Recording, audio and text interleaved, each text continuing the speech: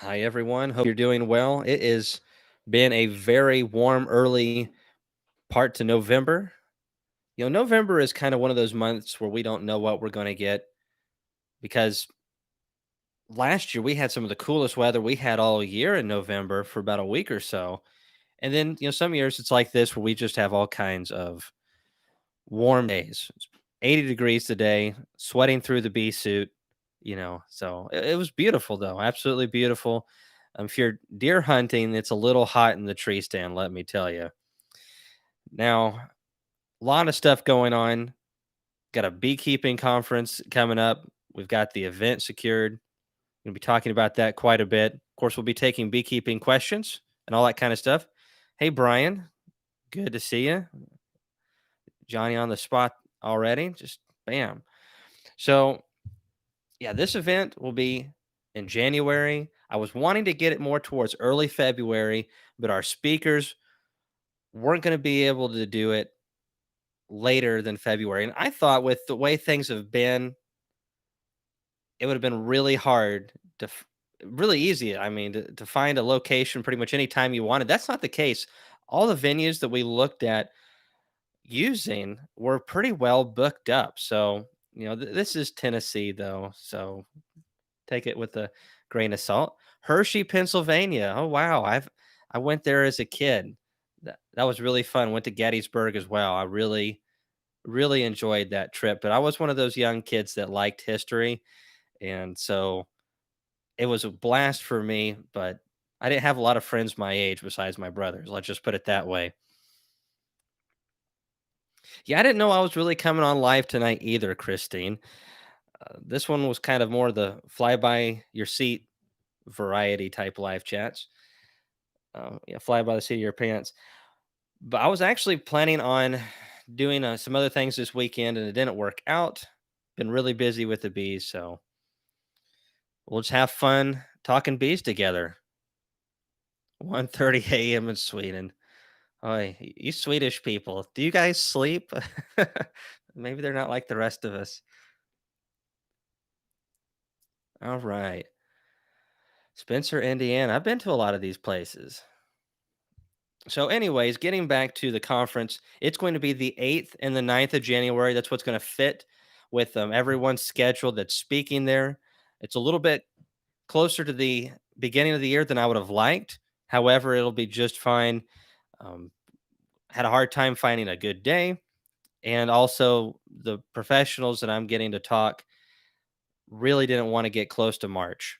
And I don't blame them because things really pick up in Tennessee and other places by the 1st of March. And there's just a lot of work to do. All right. I'm the worst night owl. Well, you and Laurel, I tell you, you're a night owl. You know it. How did the box from Kelly work out? I have to order some. Okay, so that was retracted, but the ones like the Man Lake boxes, they're gonna work out all right if that's what you're talking about. They just, just some quality control issues. So the conference location is going to be in Lebanon, Tennessee. And the reason we went for that location is one, it's not in Nashville, which is very expensive. And then you have all the traffic and all the other things that Nashville has. And Nashville's got some cool stuff, don't get me wrong. And I like people. There's just not that many in one spot. And then over here, more towards me in Cookville, we were looking at that, but it's further away from the airport because several people have talked about flying in, and we didn't want to make it a couple hours away from Nashville. It just made it a little bit more difficult. Plus, hotels we got some really good prices, so there'll be group pricing on hotels and all that kind of stuff as well. All right. So it'll be in Lebanon. I'm going to have some dipped boxes available. I'll be releasing all that information when I have more of it available. I don't know how many I'm going to have available. It might be 50, it might be 200. They're going to be assembled wax dipped boxes, just like what I use. But there's also going to be some other vendors there. I don't have a list of everybody yet. I'm still talking to a couple folks about it, but I know we'll at least have one really good vendor that's more the Dayton, Kelly, Man Lake variety that has a skew of different things a variety of things that you can get. And obviously, if you want to order something, I can put you in contact with the right people. They can bring it out, and no shipping charge, especially on those items that do cost shipping. That'd be a nice savings there. Let's see. There's going to be syrup there. The syrup that I use, we're going to be selling a bunch of that. We'll be doing pre-orders on that. There's also going to be bulk priced pollen substitute. So that's one of the perks of coming to this event is you're going to have access to cheaper bee feeds. They're not cheap in a like bad quality way. Cheap as in save money and keep more in your wallet type of way. So we're going to have those available, which is really cool. It's one of the advantages of being able to when you have as many hives as we do. We finally got to the point the last few years where we've been able to buy in bulk, and it is awesome. So if you come to this event, that's going to be one of the perks is being able to get access to some bulk priced feeds. There's going to be a few other odds and ends, a lot more stuff. So if you're wanting the best way to stay up to date on that, obviously Facebook is easier than YouTube when it comes to posting stuff. I understand if you don't want to be on there, it is a nutty place, but that is where I'm at. We have 2,000 people following me on Facebook now, which is really surprising. Um, Before I started this YouTube channel, I had like 60 friends. I just did not ever get on there, and now it seems like I'm on all the time, but it's 99.9% beekeeping related. Yes, Chris, there will be tickets and reservations made. I will be presenting that very shortly when I announce the last speaker. And we're going to have a form like we do with our nucleus order form. And that's one of the things with the COVID restrictions. We can't have obviously max capacity. So it's down to half capacity. So there's going to be a more limited seating than we would like, but that's just the way things are right now. So it'll be first come, first serve. I will issue that out and you could just fill certain things out. Another thing that's going to be really nice. And this is my philosophy, and this is the way it is in most parts of Tennessee. For those of you who aren't from Tennessee, this is important. We like to eat around here. A lot of places do too, but in the South, if you go over to an older lady's house, whether it's your grandma or not, it doesn't matter. She's a good Southern lady. She treats you the same way your grandma would. And if you don't eat when she asks if you'd like something to eat, it's an insult. So you need to say yes. Eat just a little bit. You'll save yourself a lot of grief. But anyways, all joking aside, it's not fully joking there too. It's pretty serious. We're going to have awesome food. We're not going to have bologna sandwiches. We'll be catering lunch both days. It's going to be more of a relaxed environment. I hate going to beekeeping conferences or agricultural conferences where it's just like, oh my goodness, here's a class, and you got a 10-minute break in between. And, there's just no time to talk to the speakers. There's no time to even ask questions after the class is done. There's no time to be able to even talk to one another. And I don't like that. It's not like we're just going to have a free for all or anything like that, but it's going to be just a few professional speakers in a more relaxed environment. So you can actually talk to Bob Benny. You can talk to me. You can talk to our other speakers and get the attention that you need and get your questions that you want asked. Yeah, 80 degrees here today. Woo. But yeah, it's going to be great food in Lebanon, Tennessee.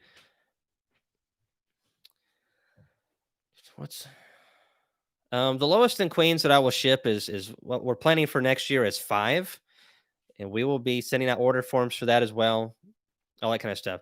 Hey, Norma, we will have that information to sign up soon. If you follow me on YouTube or you follow me on Facebook, you will find out. We'll be talking about it multiple times, and we'll make sure that everybody who is here, those of you who are our regulars, and you see us all the time, you won't miss it. I promise. Laurel's going to be posting the flyer on Instagram. Feel free to share and all that kind of stuff when we get it out. 78 in South Jersey today. Goodness. Hey, Norseman, honey. We did see if Ian was available, and he's not. We really wanted to have him down. We're already planning on booking him a year from this event for the following year's conference, and we definitely want to have Ian Stepler there the next time. But because of the way the things are set up with the border right now and the restrictions, that's just not a possibility.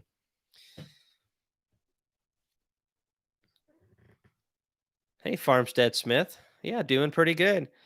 All right. Yeah, we'll have signups. We'll make it really easy. Laurel's the one that deals with all that tech stuff. But yeah, we're gonna have a lot of different items that you'll be able to get at a very, very good price, whether it's feeds, whether it's some usually Man Lake slash Kelly's has a deal on a product or two when they come out. Typically, it's like they're assembled frames and foundation. This is one of the things I really liked about going to some of the conferences nearby is that they would have sales on these things. And yes, you can get them slightly cheaper if you buy them in bulk and assemble them yourself, but you save so much time just having them do it. They make their frames really good. You can get it for like $2 a frame, pre-assembled with foundation already put in there. So I'm really hoping they'll do that again. I'll be encouraging that they do that, and I think that they will.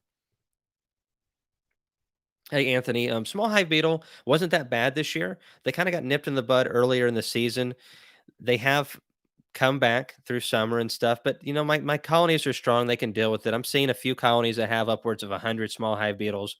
I'd say right now big colonies are averaging somewhere around 50, and our bees will survive. I might put in some traps early spring of next season, but I'm not too worried about it. Yeah, plan in advance. Yeah, we almost got Ian. Um, I wish we could have. You know, he's not too bad as far as Canadians go. I wonder if he's on here yet. 58 in Wisconsin. Goodness. I'm glad you're putting together. Yeah, the TBA and the honey convention was canceled. That was a big bummer. This is going to be very different than the TBA, and I've never been to the honey convention, but this is really focused on. Oh, Ian is on. Not too bad. Uh, I've never seen anybody that just he's invisible until you speak his name, and it's just like there he is, there he is. He's stalking me or something. Um, yeah, Black Friday sales. The beekeeping companies will have some Black Friday sales. And usually amongst their sales, there's a couple items that are really well priced, and then some of them are like, yeah, that's really not that much of a deal. So take it for what it is. But anyways, this conference is going to be fully focused on successful beekeeping. Everyone that's going to be speaking here is living entirely off their bees, besides maybe me. I could technically not work anymore, but I'd be cutting it pretty close. But I'm not at the level of these other speakers, so I'm working on it. So I'm going to be sitting back there with you guys, listening to these guys as well. And that's one of the frustrating things about a lot of the conferences out there. This one's not going to be put together to where there's going to be like three speakers going at once. I hate that. Some of the conferences I've been to, actually most of them, you end up only getting to listen to about 25% of the classes, and it's really frustrating because you miss a lot of stuff. And that's not going to be the way this one is. You're going to be able to experience every single one, and it'll be, I think, really good.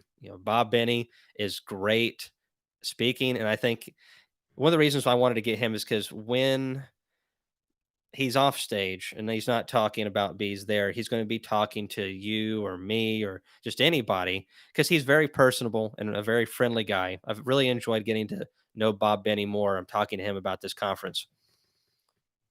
Guys from Manitoba, Canada are great. Yeah, they're all right. They're always, they can't make up their mind if they're going to put their bees up for the winter or not. They like to work really hard for no good reason.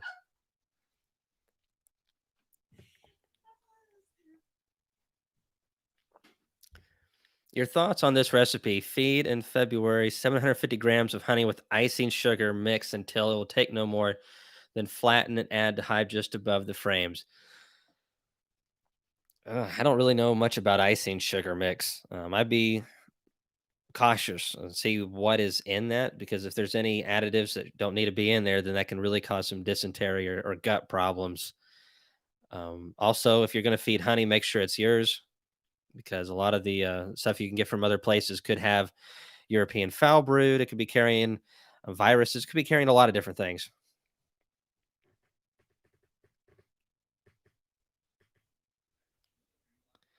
Going to sign retirement paper tomorrow. Going to the beekeeper in full time. Hey, hey, there you go. I, I tell you, sign a retirement.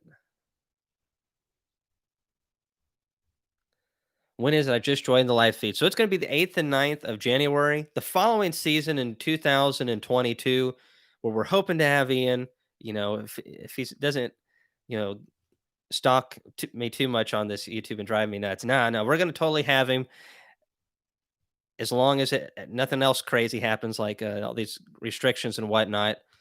Then we're going to shoot for the first or second week of February. That's when I wanted to do this one. It was really hard to find a venue that had an availability this late in the season. I was really surprised by that, but we got a good place. Brian Reese, man, I tell you, I mean, you're crazy, man. But we're looking forward to seeing you.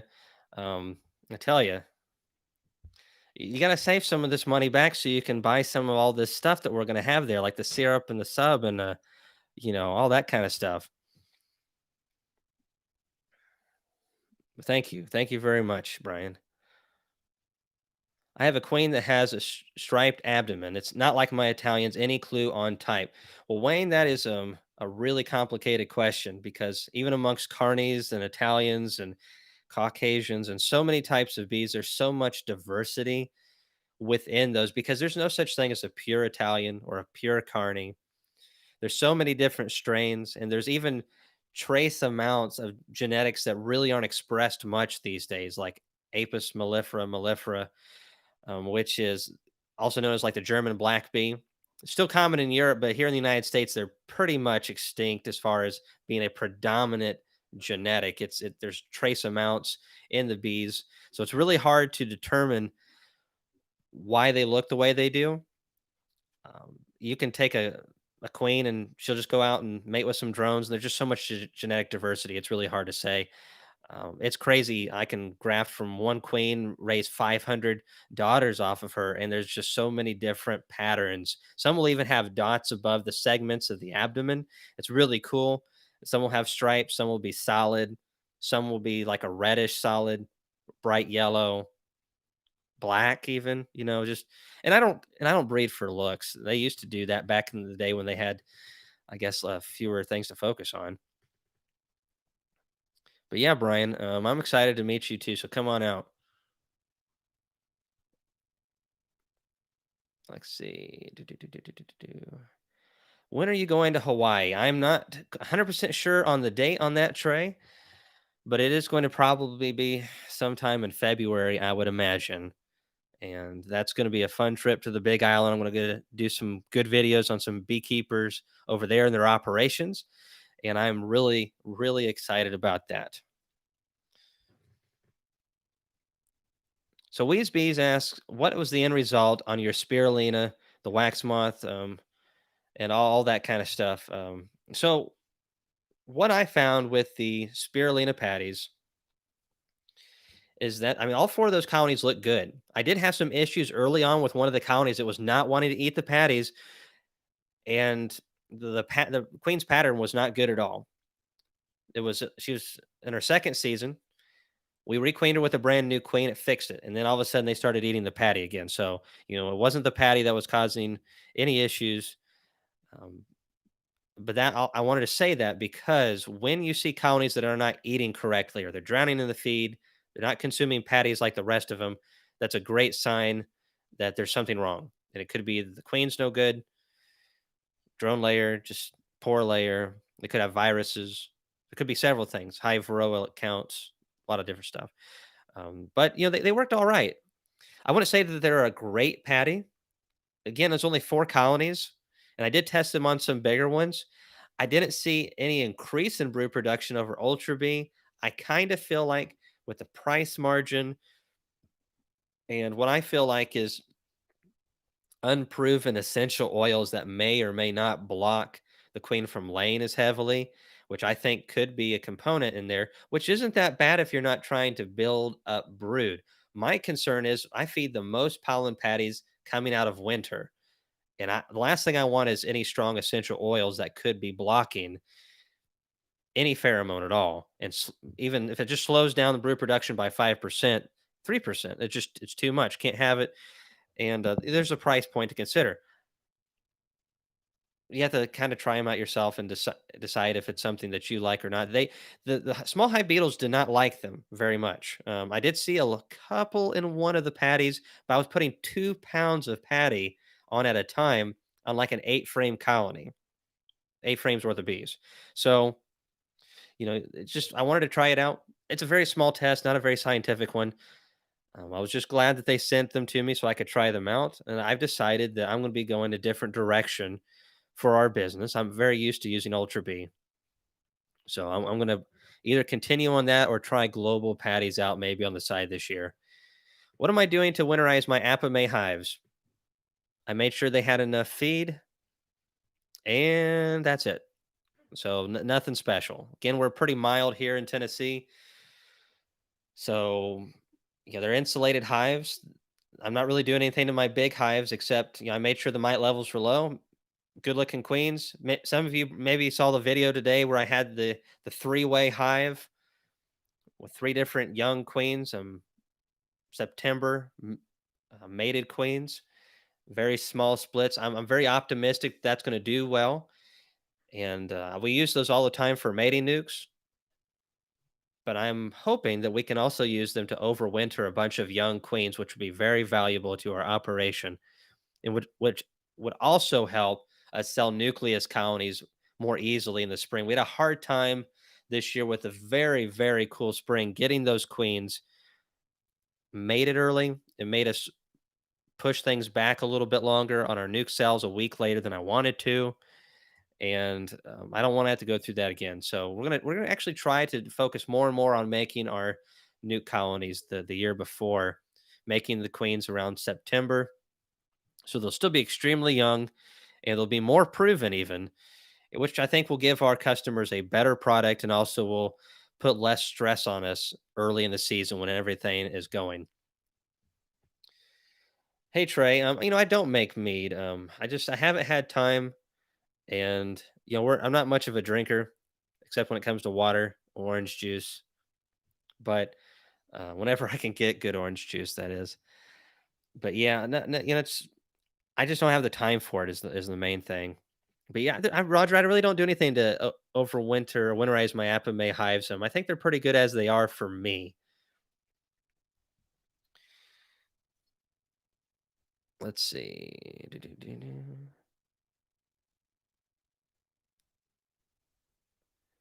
Mike Barry to come too. Hey, I'm telling you, bring if you can get Mike and Barry to come ECP, that'd be great. I was actually going to send an invite to Dirt Rooster, Randy McCaffrey, and one or two other YouTubers. And I don't know if they'll show up or not. It'd be a lot of fun. A lot of fun. A Canadian beekeepers blog. Where's your American flag? I've been busy. Why don't you send me one, Ian? Do they have American flags up there in Canada? Probably not. I'm working on it. I've got to talk to Laurel about it because if she doesn't know that I need one, then I'll never get one because I'll forget as soon as we get off the live chat. Yeah, Christine, this time Laurel is going with me to Hawaii. Want to see a video of you surfing? Ha! I don't really do that kind of surfing, but if I could get a board, I would totally try. Totally, totally. There we go. When will I have queens available? We're going to shoot for the end of April, 1st of May this coming year. I'll be giving more updates as we get into next year. We'll just have to see how things go. I'm pretty excited about the quantity of bees that we have, and I'm hoping to sell quite a few queens.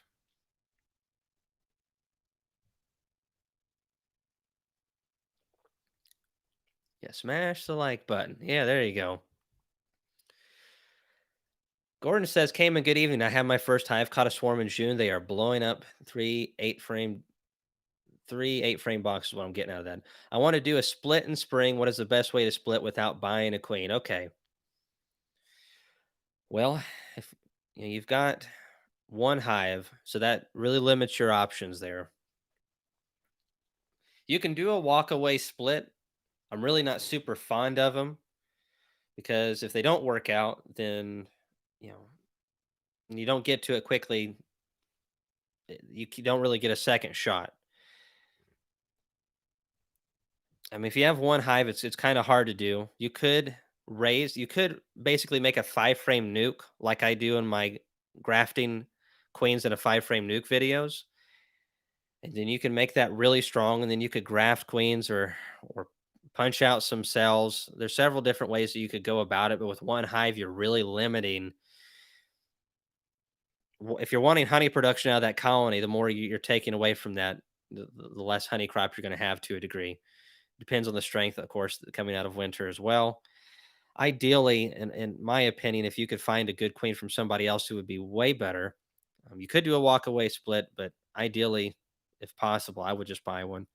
Make a small split, kind of like the ones that I did made in August. About 3 frames strong of bees with a good frame of brood, good frame of honey, and another one of food. 2 frames of foundation. Give them some 1-to-1. Throw that mated queen in there, and just let that one work for you. I mean, you'll get a lot of brood out of that, and have a much higher chance of success. It's just really hard when you only have one hive to be able to do a lot of the things when it comes to splitting, especially if you're trying to make queens on top of it. Could you tell us or make a video on how to produce a lot of honey? Well, I was really wanting to do a really bunch of good videos on that this year, and this was the worst honey year I've ever had. It was really hard this year. I mean, it was crazy. So I'm hoping next year. I don't ask for great years. Just give me an average one. The main thing when it comes to honey production, though, is you need to have a good, healthy, clean cluster with a great queen, which usually means she's a young one. Older queens don't usually do as good. There's a lot of debate on this, and there's a lot of variables because up north, your queens don't lay as long as they do down here. I think that's one variable, but then again, they're exposed to other stressors as well. Ideally, again, you want a great queen. She's got to have a good cluster to start things off, plenty of nutrition. They got to get built up and get strong. The problem is colonies that typically are really good and at the cusp of producing that big honey crop are also really good about swarming, even if they have plenty of drawn combs above to put all that honey. It helps a lot, but bees want to reproduce. It's as natural as anything. And so to curb that, we are going to either need to cut back our bees by pulling frames of brood and giving them to colonies that are a little bit behind or making small splits. Ian's got some videos on that. I've got one or two. I'll be addressing that more this year. But the main thing that I would like to see more people engage in is equalizing their yards or making small splits early.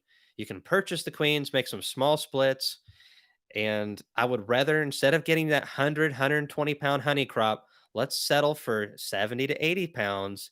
If we're not very good at controlling swarming or don't have enough drawn comb, make a split instead and get the bees' mind off of that swarm. That's the hardest thing when you're a new beekeeper, not having enough drawn combs. Having that headspace for them to bring that nectar in quickly and deposit into combs makes a big difference. But I'll do some videos on that for sure this year. Oski Powers, where's the best place to get oxalic acid powder? He's got a Jono's Easy Vap. Now, there's several places you can get it from. Florida Labs has got a really good high grade oxalic acid. Some people use stuff that's really not you're not legally supposed to use. Florida Labs, I've heard a lot of good things about. I want to check them out.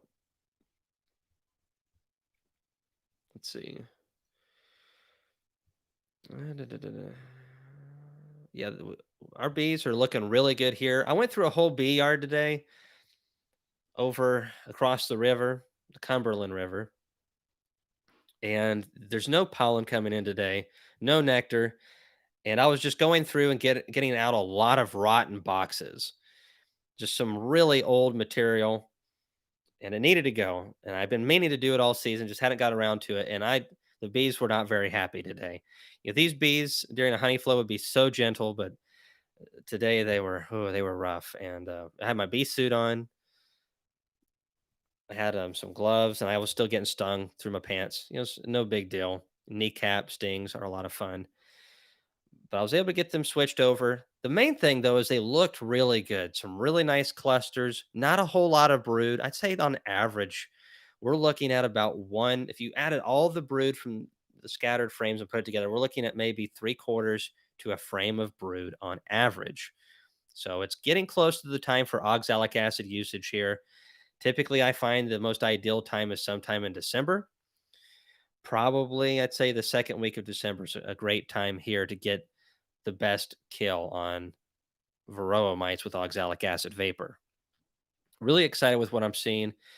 Did a little bit of pell feeding. It's the only yard that I really do any pell feeding.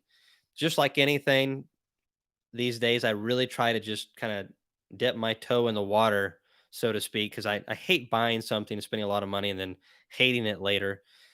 And I've been using about a dozen 2-gallon pells like what Ian uses up there in his bee yard, and I like them. They're good. There's pros and cons to them for sure. I really like the frame feeder setup with the feeder system that I have because I'm able to just take those lids and scoot them to the side. Actually, I'll do that. Laurel comes back through and just feeds, feeds, feeds. It's really nice to do it like that as well. But I'm really liking what I'm seeing this year off of the bees going into winter.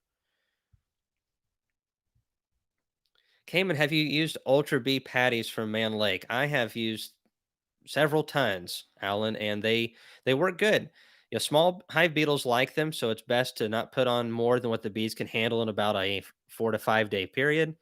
But I've been very pleased with the ones that I have used. I am looking to try something different. I'm really going to try to get some global patties this year and compare and see how they hold up.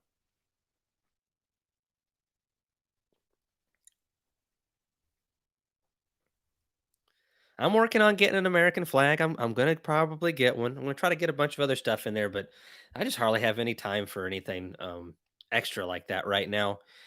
Really behind on a bunch of emails and stuff, and just questions. Let's see. Did I miss any up here? Hi, Cayman. Best advice to introduce a queen in a strong hive. What have been a queen for a while at this time of the year? Best advice to introduce a queen into a strong hive that doesn't have a queen, hasn't had a queen for a while. Well, brood really helps. Um, Whenever I'm introducing a queen, I always want some feed going in there. So a little bit of feed going on at the same time. Don't be adding a bunch of essential oils and stuff. We don't want anything that's going to be messing with the pheromones and all that kind of thing. Just some getting some feed in there that really helps the bees out, makes them less stressed, makes them more accepting of a queen. Brood always helps. Young larvae and stuff can help the introduction, and don't be hasty. It's like Lord of the Rings quote right there.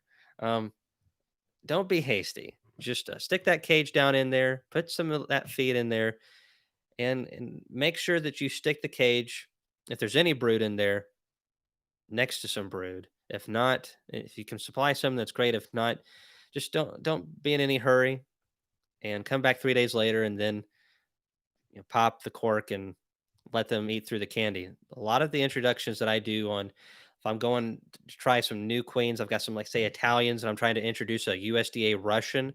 I'll kill the original queen if she's no good or take the other one out. And then I'm going to put that queen in there amongst larvae and brood frames. So ideally, I would like to have her up against some open larvae, and then I like to have a frame of emerging brood in ideal conditions because that those young bees coming out are just going to see her as their queen. Young gullible bees are the best, and then I'll come back 3 days later because, and the reason I do that, especially on introducing really crazy different types of bees, going from Italian to Italian is not that bad, but when you're going from Italian to like a USDA Russian or something like that, there's just they don't want to introduce as easily. So I give them about 3 days in the cage. They come and pop the cork, feeding during this time, and then let them come on out. Make sure you don't backfill the hive while you're doing this because If there's not a queen laying, you can backfill those cells.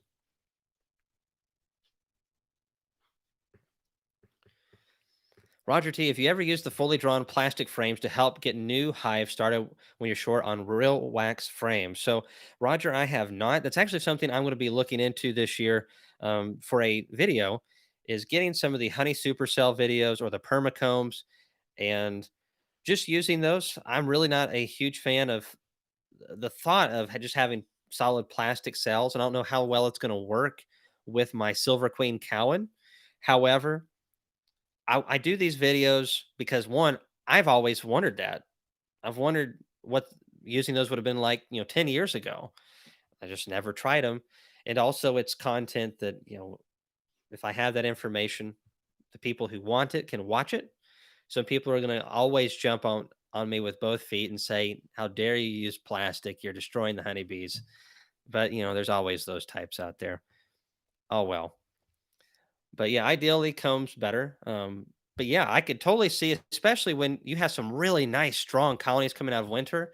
Even if you just had one medium of permacomb or honey supercell or something like that, where those bees could put nectar up in there, and you can have some foundations underneath, so they can get that honey out of the queen's way. That could be really advantageous, and over time you could cycle that out. There's also the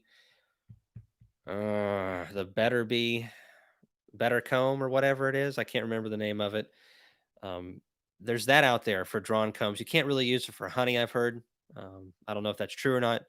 I know it needs to be wired. Dan Ski's Bees and Frederick Dunn have done videos on that product. So I think that those products can be super helpful to beekeepers that are expanding or are just starting that need more drawn comb, especially in places where it's illegal to buy it.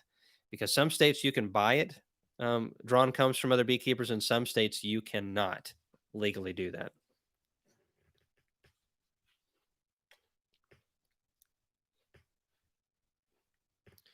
Let's see. How many rounds of OA do you advise in December? Well, it might be 40 degrees in December on a couple days. I don't mind popping my hives open and pulling out a frame or two, especially if there's no brood and you're quick. That's not going to really bother your bees that much. We don't get crazy cold, and bees are pretty tough. So if there's no brood, one good dose is supposed to be good enough. However, there's been a lot of things with oxalic acid vapor that was supposed to be good enough. So I'm a big fan. If you have the time to do it twice. Do it in like December on the first or second week here in Tennessee, and then do it again the next week. I think it's if you've got the time, do it. If you have 100 mites and you reduce them by 90%, if you actually get a 90% kill with it because they're exposed, then that's great. But you still have 10 mites in there. If you can get 90% again, now you've got one. That's a whole lot better. So it's a very cheap product. Winter is the best time of the year to treat your bees. With oxalic acid vapor. It's a great opportunity. Don't miss it.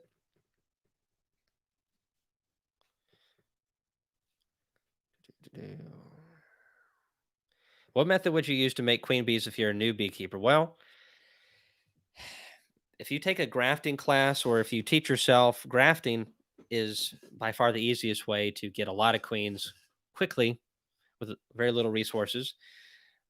I like my fine frame nuke system. That's one of the reasons why I've pushed it so much.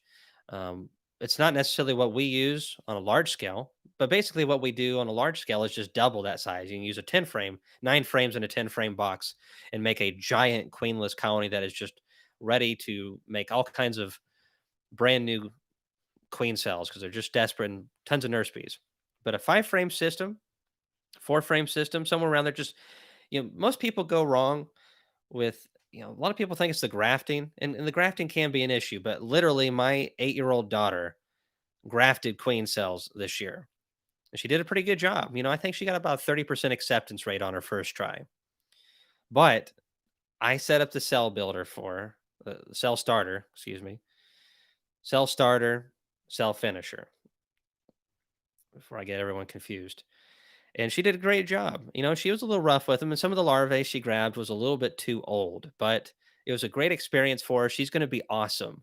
We're going to keep working on that next year, and I might be out of a job soon, at least one job. And the way she's talking and how good she is with people, I might be out of YouTube videos before long too, and she'll be doing them. That's fine with me. But we can do a little bit together. But I think really that would be the best way. Is that method? But what you can do is have a foundationless frame with worker combs in it, and you can cut it to where it's only you got the top bar of the frame, and then off of that you can cut it and just have that worker comb up here.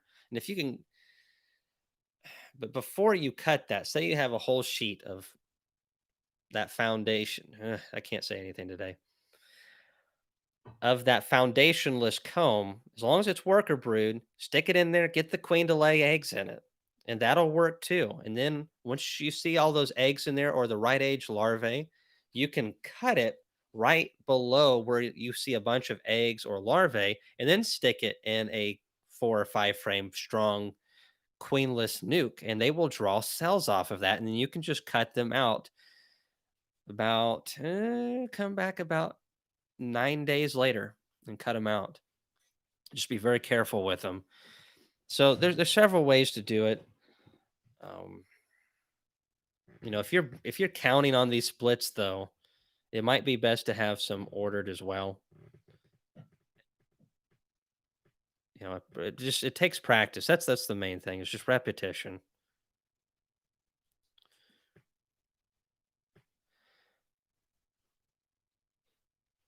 Yeah. So some people are saying better comb is really bad about melting and getting sagged on those hot days, and that is why I've heard from multiple people who have tried it that it needs to be wired. And actually, I've got a system over here from Man Lake that is set up to do that. So this winter, I'm going to be doing some videos on that. Not really the better comb necessarily, but wiring wax foundation for those of you who don't want to use plastic foundation. So Bonnie Joseph, Acorn or Right Cell Foundation. Acorn's my favorite, but if you can get Right Cell for a good price, then you can go for that too. They don't Right Cell doesn't put as much beeswax on theirs, in my opinion, as Acorn does, and I really like the Acorn. But however, I have some Right Cell, I have some Purico. The main thing is a good wax coat, and also having bees that are ready to draw. That's the main thing.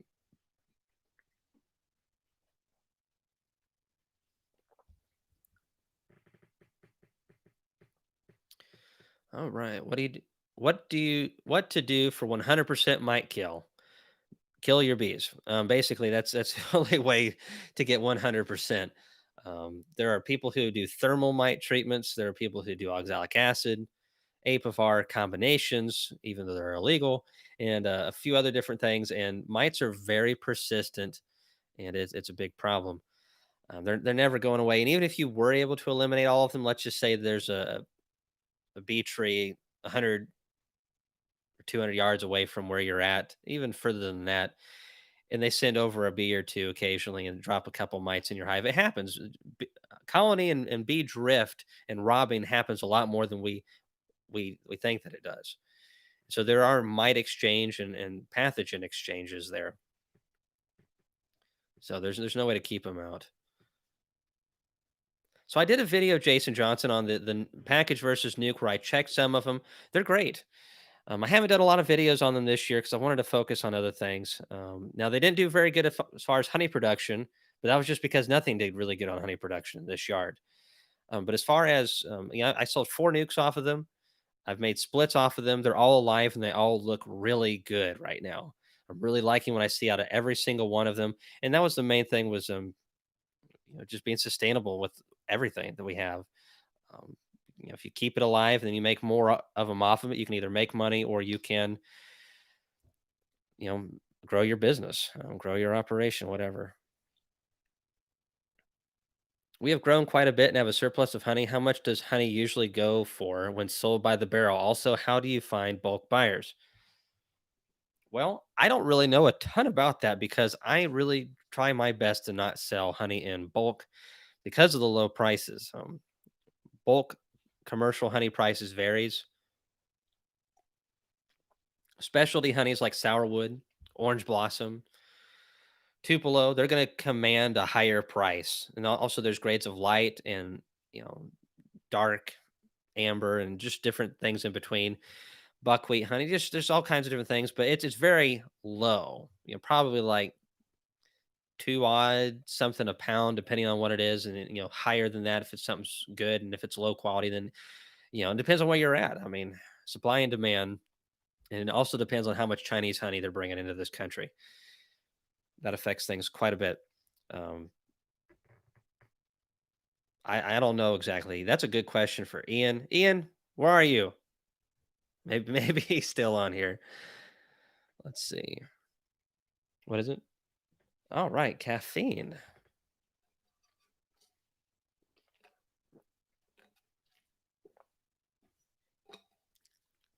Yeah, that'll do the trick. Whew. But yeah, the package versus nuke challenge is doing really well. Do you have a story about the worst customer you have ever had? Man, that one's hard to figure out. Hey, Ian. So the question was, we have grown quite a bit and have a surplus of honey. How much does honey usually go for when sold by the barrel? Also, how do you find bulk buyers? I really don't do that kind of stuff. And so now that you've proven that you're on here, that one's totally yours. Thanks. We got a Laurel giggle out of it. Okay. Let's see. I know I missed a question or two up here. Oh, yes. Curtis, thanks for your $5 donation. Sorry. I was so focused on the question, I forgot to say thank you. Thank you very much. Hey, and also I want to say thank you to Ray, my buddy in California. I've known Ray for over a decade. We've been chatting back and forth about bee stuff. And I messaged him about his Vitex plants because Vitex are a plant that are kind of bush, kind of like a crepe myrtle, kind of like a half bush type plant, and they produce really beautiful flowers. But the most important thing is they produce a decent bit of nectar and pollen. This variety does. Some of them aren't as good as others, and it does it at a time of the year when we really don't have anything else here in Tennessee in mass going on. So I asked if he'd send me a couple seeds, and he's like, "Yeah, I'll work on it." He sent me like 40,000 seeds. I mean, this is enough to probably plant an acre. So thanks, Ray, for going above and beyond. Now I've got more work to do. Actually, hey, Laurel, this one's all you. Plant those seeds. Yeah.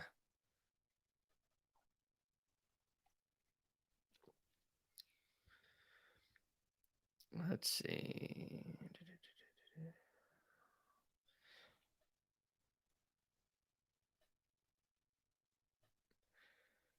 Question for you. Here in Connecticut, we probably have 3 to 4 days above 60 degrees before winter sets in. I have two queenless hives and two queen right. Kind of big to combine. Any suggestions?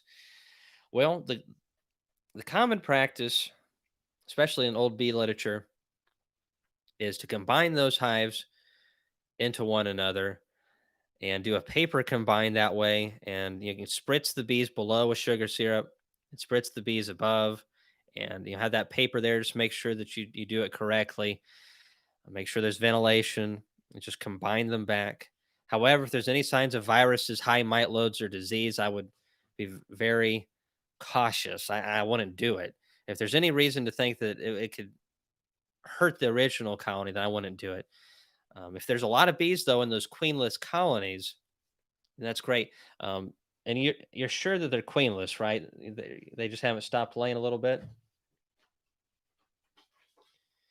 And also, I'd like to say thanks to Pavel Kalansky. I'm sure I got your name wrong from Salt Lake City. Thanks for your donation that you sent to our PO box going towards the experimental yard. We appreciate that very much if you're watching this video.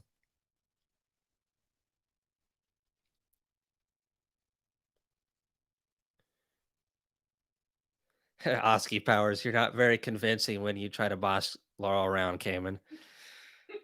It's that obvious, huh? Well, you'll be planting these seeds later, Laurel. Does that sound a little bit tougher? Smirking too much. Oh well. Keeping it real. How can we prevent ants from invading hives? So, Alec, how are you having issues with the ants, where are they coming into the hives? The entrance? Are they getting between the lid and the inner cover? Where are they giving your hives problems? Yeah, George. That's something I kind of really wouldn't want to risk the two good hives. I have some colonies though that are pretty big that don't have any brood in them right now. Some of the ones that are a little bit more, I think, carny are just they shut down quicker.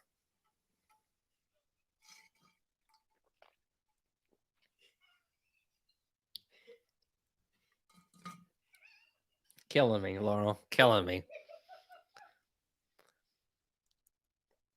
But I mean, if you could find a queen, y- I've introduced queens this time. I actually introduced queens December. I think it was the 29th. I did a queen combine, and then I also did one made splits the first day of March. So you can do some interesting stuff. I'm not recommending that you necessarily do it. I have extra queens sometimes at my disposal, and I can take a hit a little bit more too. So just I don't know what else to tell you though. Sorry, George. The entrance. Okay, so I don't know what type of ants that you have. I usually don't have issues with ants attacking my bees because we just don't have those types of bees around here. You could reduce the entrance significantly. The best thing is having a strong population of bees and definitely keep the entrance reduced. I know different ants are tougher than others, but honestly, I don't have a whole lot of experience with ants. The only time I really have issues with ants is if I'm running an inner cover and they're getting between the lid and the inner cover and building up setting up shop up there. Really don't have a lot of ant problems. That's so if they're attacking your bees, the only thing I can say is that there's too big of an entrance or the bees are too weak.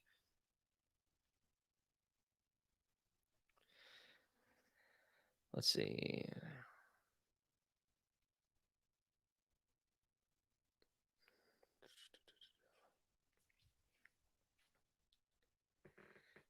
Yeah, yeah. If you can find the original House of the Ants, I usually like to leave ants alone, but if they're giving you some big problems. We find yellow jacket nests and then we let them have the boot, the good old fashioned way. Christine, I would like to know how you get your kids to stay in bed so you can do these live chats. Well, it's only 7:22 here, and Kathleen is 8 years old, and Jimmy's 5. Somehow, miraculously, I have some really well behaved kids. Um, they must get it from their mother. Yeah, yeah, yeah. Take all the credit. Uh, but they're great. They're in there doing stuff, and they keep pretty quiet. Sometimes they interrupt, but they do pretty good. Explaining to them what we're doing and why we're doing it helps a lot.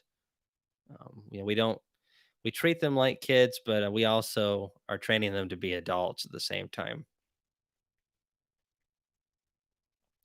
And now that I've said that, watch one of them barge in screaming. Oh, only when Jimmy wants a hug. I got ripped a lot in that video, but I told him right before the video, don't come in. He knew better. He knows better than to interrupt the videos. Kids can use the term hug to manipulate, let me tell you. You know, it, it's amazing how young kids can learn how to work the system. It is, especially that's the me coming out. That's the Cayman side coming out in Jimmy for sure. Laurel's too sweet for that.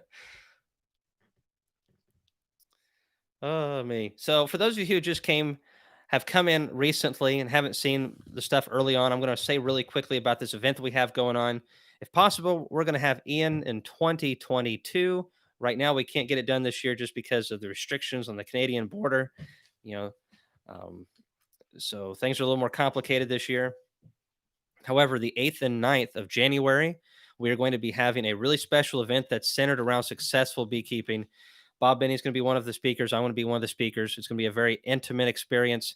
It's going to be totally focused on success, splitting. We're gonna have pictures, um, PowerPoint presentations that you're gonna be able to visualize, and also you're gonna get to talk to me. You're gonna be able to talk to Bob Benny. That's one of the reasons why I like Bob and I like Ian. Is that even though they're quite a bit larger in what they do beekeeping wise than the rest of us, they are still pretty easy to get along with, especially Bob Benny. Ian's kind of a pain in the butt sometimes, but maybe it's just a Canadian thing. Let's see if Ian's still on here. Um, anyways, but no, you're gonna have plenty of time to ask questions and all that kind of stuff. There's gonna be bulk price, so a great price on syrup. There's gonna be a great price on Ultra Bee pollen sub. That's one of the benefits of coming is you're going to be able to get access on good priced feeds. There's also going to be some vendors, several other things going on. There's going to be some of our dipped boxes, wax dip boxes. So we're going to be putting in some orders for that. All this stuff I'll be getting out to everybody, and you'll be able to decide what you want to do. But yeah, it'll be the 8th and 9th of January. It's going to be, I think, pretty awesome. And it's going to be great food, great time. It's going to be awesome. Yeah, and it is going. There's going to be a price to come. Somebody asked that earlier. We are still working on the price point. This place was not cheap, so we're gonna. And I'll obviously I am paying our speakers and going to be taking care of them very well. These guys are professionals and they deserve to be paid like professionals. It's the way I look at it. Their time is very valuable and their information is going to be very good. The way I look at it is even if it can just save you one hive, it's going to pay for itself. No problem. So the location is Lebanon, Tennessee. And we are talking to 3 different hotels right now and getting some group pricing so we can get the best deal for everybody who needs to have a hotel room. More information and details coming up on that in the future. Send me a Canadian flag. Oh boy. What would I do with that? Put it next to my Dudley Do Right collection. Oh, you forgot I was live, didn't you?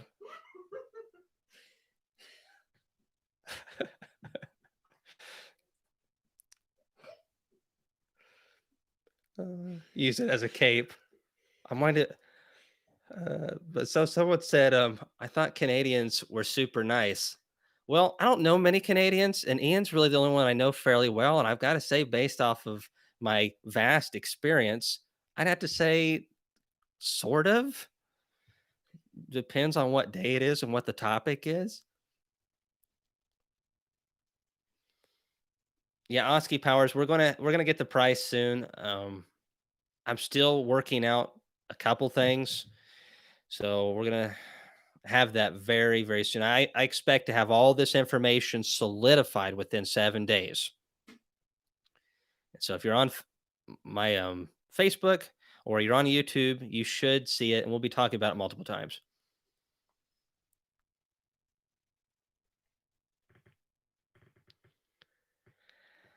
Oh, hey, Aaron.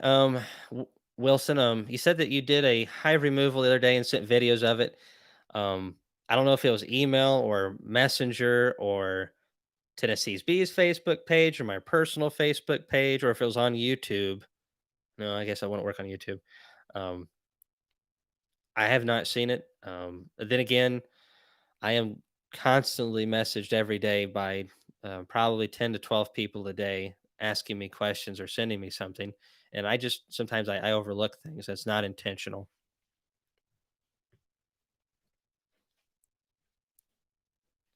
Uh, you know, let's see. Oh, Messenger. Okay, Messenger. Well, I'll give it a check if I can. Just keep in mind, everybody, that I love answering questions and all that kind of stuff. So if I don't see yours or even get to yours, it is nothing personal. I have 4 or 500 probably I have not gotten back to, and they won't be gotten to. One of the things that I've got to do, and I had someone get mad at me on a comment this morning, I think it was, about how many ads there were in a video that was over a year old. And I've said this before, and I'm going to say it again.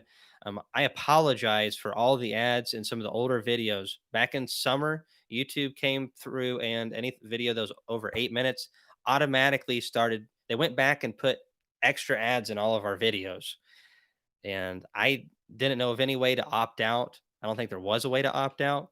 So now all of my old videos, it's weird because sometimes we'll only put two or three extra ads, but usually we have one in the front, one in the back of the video.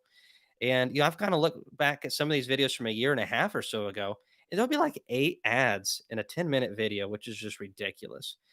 But that also means that at some point I've got to find the time to go through about 200 videos and figure that out, and take those out of there and find where they're at. So I'm going to try to get to that soon, but it's just been really hard. Bees come first, and so does the family.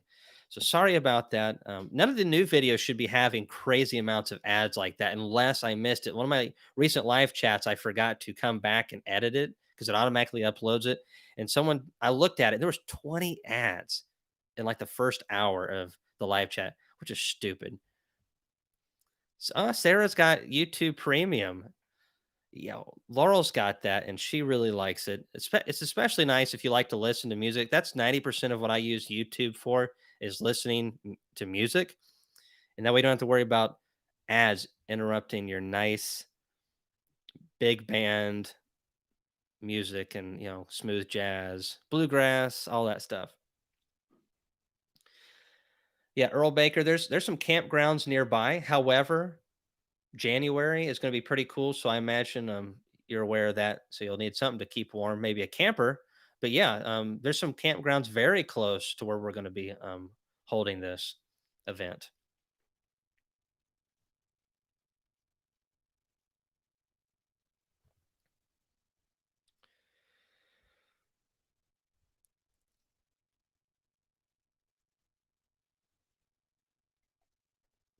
Got to handle himself on the commercial page. Yeah, yeah. That commercial beekeeping page. You've got to be able to take the punches and throw some back. I tell you.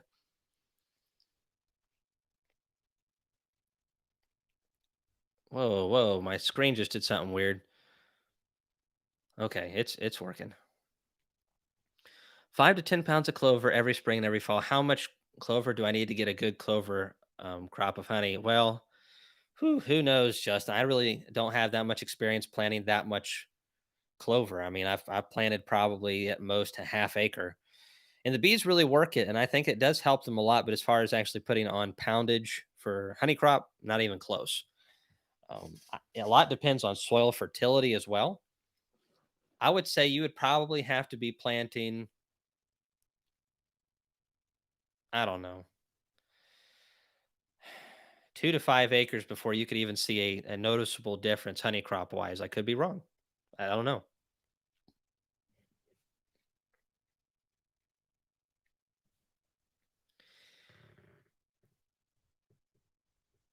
Just an FYI, Oliver is not accepting any orders for his Easy Vap. Not sure if anyone else saw it. He is reassessing orders in January 2021.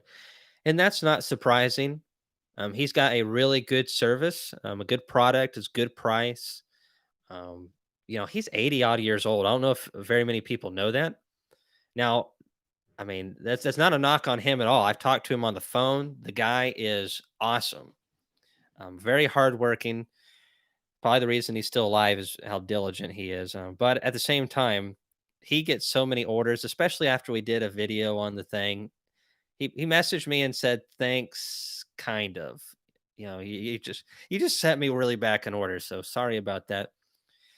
Now there is a guy up in Canada that's making some aluminum cased oxalic acid vaporizers that are very similar to the Pro Vap and the Easy Vap. I think the price is fairly comparable to the Easy Vap, and they're supposed to be pretty good. So I have not used one of those. I really like my John Oliver Easy Vap for sure.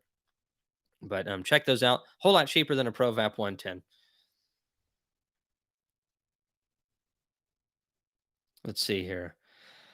But yeah, one of the things that, hey Ian, maybe if you're still on here, that lift that Boris whatever his name, I can't remember his last name, has up there in Canada. He has that video of you at the event, and he was showing you his lift. What do you think of that? And I'm going to put you on the spot, but yeah, Bob Benny buys bulk. Yeah. Hey Don, I don't know if you saw in the other video, but I thank you for you sending me that honey. All of it was extremely delicious. And Don sent me some of his honey to try out, and I've got some of it up here on my shelf. And he also sent me a little bit of stuff that he bought off of Bob Benny, which was extremely delicious as well. So thanks, Don, for that. And Roll Tide. Ross rounds that will fit into a standard deep, unfortunately not being sold in the US and costs more to ship than the product. Ooh, well, that kind of blows that ship out of the water, current pest control.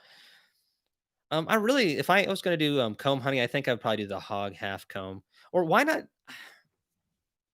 It looks really nice, but if you're trying to keep things really cheap, you could just punch out your just cut comb or square comb honey and just use a shallow frame. It's what that people used to do. Don't have to have any special equipment. Show your honey collection, Zach Heinzelman. I don't have all of it in this room. Well, Zach, I haven't gotten anything from you, and as good of friends as we are, it kind of hurts. You know, you'll have an opportunity sometime. What about it? Okay, okay, okay. So right now I'm actually drinking some mint tea, and today I'm using the honey from Hitch Hive Honey, which is Natalie, the 12-year-old YouTuber, beekeeping YouTuber. She channels honey, so that's really awesome. And I've got this one from my friend Byron Ferris in Columbia, Tennessee. It's crazy how similar it looks to mine and tastes nothing like mine. Got this Kansas honey right here, which is really delicious.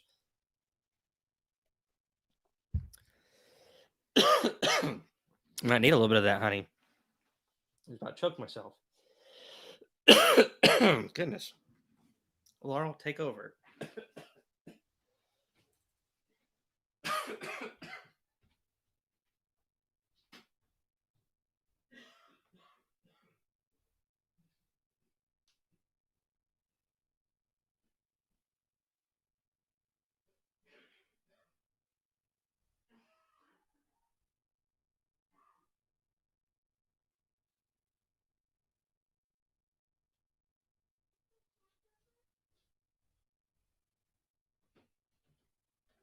Well,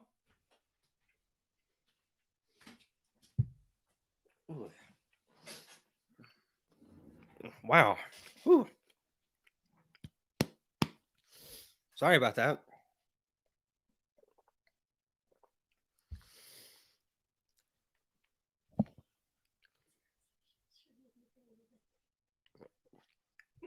I guess not.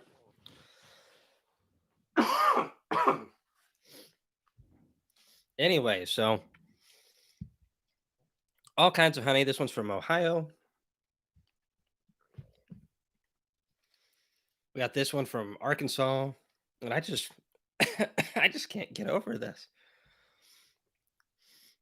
Laurel, come on. Come on over here and do it. Everyone would love to see you do this live chat.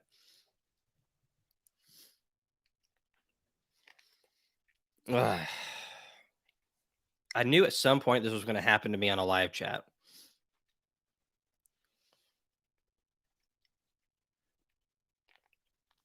Yeah, but anyone who's wanting to send me some for the collection, you can do it at PO Box 332. Laurel, we can put a link on that. Yeah, Laurel's fixing to drop a link in the comments. Oh, the PO Box. So used to saying a link and all that kind of stuff. And then I've got some of this Hawaiian honey right here from David Davenport in Hawaii. It's goodjobbees.com. This is my favorite type of specialty honey in the world. It's got little black flakes of vanilla bean in here, and I can just eat this stuff by the spoonful. It smells just absolutely delicious. Everything is made on the big island of Hawaii. It's the regular stuff, all kinds of things. So I've got these honeys from Don Bearden, and he sent me some of what he got from Bob Benny. Really neat Tupelo and sourwood, and yeah, durians are real.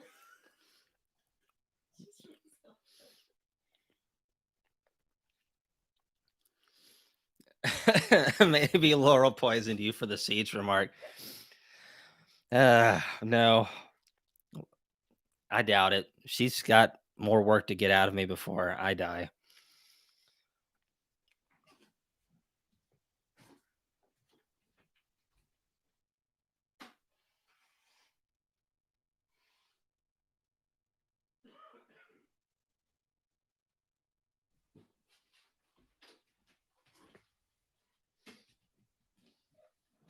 All right, so back to the questions and all that stuff. Kiave is mesquite. So yeah, it's basically like mesquite, except it's called Kiave. So it is really fascinating. I'm going to do some videos of that while I'm out there. I've got some videos up with actually Zach Heinzelman in them. He's behind the bee suit, so you can't really see his face. Um, but it's pretty cool video on catching queens. We did quite a few of them while I was out there last, and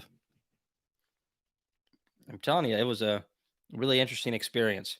But those videos are some of the earliest videos. Back when I was doing those videos, I had 200 or 300 subscribers, so it's been a while. And also, I was using my cell phone back in those days. It was very different. So I've never had. I don't know what type of if mesquite and Kiave are all that different from one another. I have no idea. So I have one 8 frame with two deep, one medium, queen and middle box. Medium just about full of honey. Middle has lots of resources and lots of brood. Bottom only has pollen, and all three have lots of bees. Should I remove the bottom? You can if you want to. This is the way I look at it. You're in a very mild area, even more mild than where I'm at, Don. And if you pull it off, you're going to have to store it, which is fine. But you're going to have to protect it from wax moths and mice. Leaving it on the hive, you're going to need to make sure mice aren't going to get in that bottom box, because if the bees all go to the top, which they will through winter, you could get a mouse nest in the bottom of it. If you're going to be using it for brood and rotating, a double deep system, honestly, I would leave it on myself. But you could totally take it off too. It's whatever you want to do. Cayman, do you prefer single or double deep setup? I like them both, really do. They both do really good in Tennessee. However, you know, again, kind of like what I was saying with Don's question, is the fact that if I pull them off, I'm going to be putting them on pretty soon. I can pull them off like all of my doubles and drop them down, but I'm going to be throwing them back on at the end of February. And then I've got to store those. And it's pretty mild here. It's it. I'm fine with leaving them on, but I've got a bunch of singles too, and they look really good. So I think it depends on what you're doing. If you're splitting heavily and you want to reduce the bees down into the singles, that's fine. I really think both ways is great.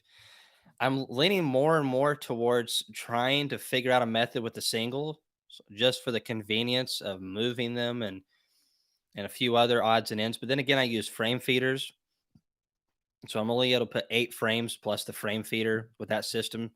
So that's an issue as well, is not having enough brood frames coming out of winter when they want to brood up in February. Hey, Jason Sneeden, thank you so much for the $15 donation towards our experimental yard. We appreciate it. Ask questions on here if you have some, and we'll get to it.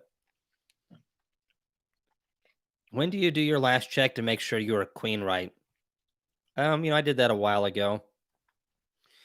If there's any issues at this point, again, I probably do that in October, every year, I'd say. Definitely not in November. Yeah, so October would be a good month. But we're feeding a lot in October, getting the bees ready for winter. And so feeding is a great indicator of bees that have issues. And you can just over time, You can just look at colonies at the entrance. You can just pop a lid and look down at those bees, and you can just tell that there is something wrong with the colony, especially if they're not eating their food right.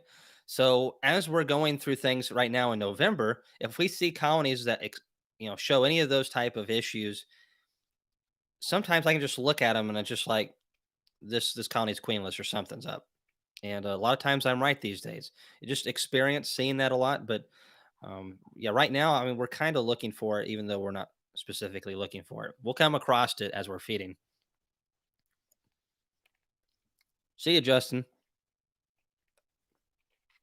All right, great question. So, can you talk more about what you want to do with the experimental yard? Cement tea is going to be the death of me.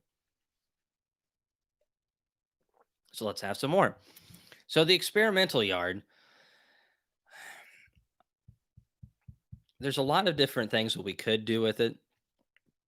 I want to keep it pretty simple so it can be very effective. Right now, I'm talking with a fellow about different things, and he's looking at maybe doing it with me and running the same type of bees and being able to cross that data, which is not a bad idea. And it's kind of exciting. However, I'm not sure I want to get into that phase quite yet of genetics because basically what we're talking about is like half VSH Italians or Carney, or VSH, or and then half of them being like USDA Russians, and then seeing how they handle the mite loads. Anything that has more than a 3% infestation rate gets treated and removed from the program. However, right now, I want to do that. I really do. But I just think the first year, I want to focus on successfully controlling Varroa using natural treatments. I want to have experiments on all of the wooden equipment. It's not wax dipped or painted. It's going to be using natural products, or more natural type of products to seal the wood and see how long that holds up. So we'll be getting to experiment with different products on wood longevity that's alternatives to paint and wax dipping. Also, we're going to have the insulated hive side of things. So obviously, with the insulated hives, we're going to see if there's advantages to brood up in those sensitive weeks in spring when the bees are really trying to go, go, go, and you get some of those cold snaps. Is there going to be a big difference between the ones with the wood and the ones with the insulation? Are they going to be able to bring more honey in? Are they going to be able to burn less honey going through times when they're not producing honey, whether it's winter or if they're in summer and we're in the middle of our dearth? Are they going to have to work as hard and stress themselves out? Are they going to stress themselves out less and burn through less honey because of the insulation? Having 25 hives of those and 25 hives of the wooden hives, that's one thing I really want to look at. But again, right now, I think I want to focus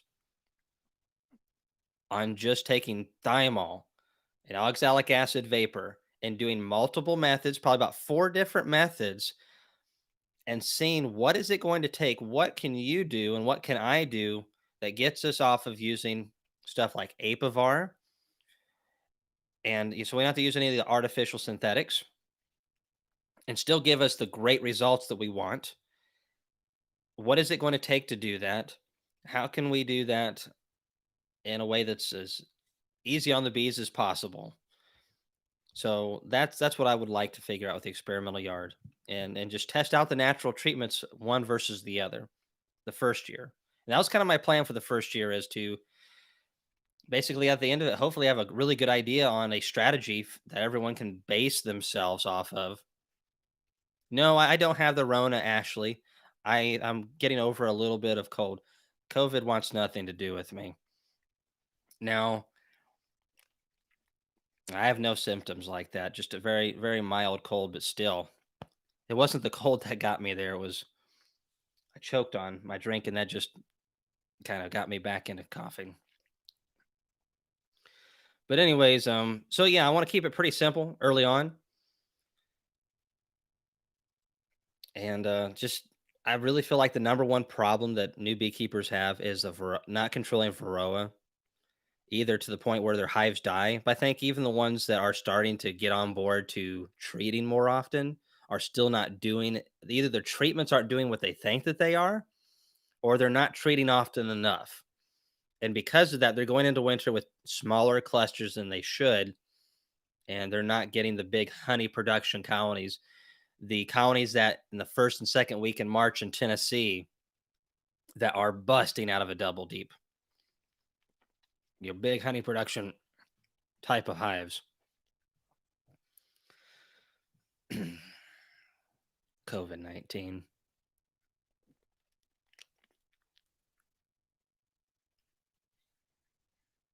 Don't worry about it.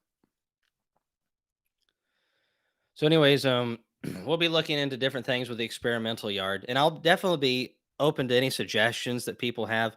But yeah, the first year was just to establish treatments, get that down successfully. Let's look at the insulation. Let's look at, let's start looking at wood preservatives and see how that works over the course of multiple years. And then also, let's, after the first year, focus on genetics. So in the second season, that's when I was going to focus more on let's bring in USDA Russians, uh, some treatment free bees that are claimed to be really good. Let's have some control bees that are just normal Italians as a control. And then, so in the second season, the goal is to actually do the genetics. And that might take a couple years. Again, there's going to have to be a threshold. I'm not one of those guys that's going to just let the bees just crash. Well, we're weeding them out by letting them die and crashing. I think that's a terrible way to do it. Just take the colony out of the yard or treat it, take it out of the program. Anything above 3% is not controlling mites well. Hmm? Okay.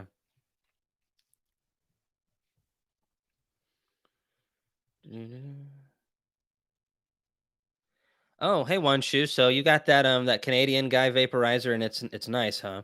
It looks made really well, and I would love to see one firsthand. It look really nice. So when do you stop feeding pollen substitute? That's something I'm still tinkering around with. I've stopped for a while. I have not fed pollen substitute in any shape or form, dry or patty, since early September. And that was just on a couple select young colonies, and I stopped for the bulk majority of the hives back in August when the fall flow started.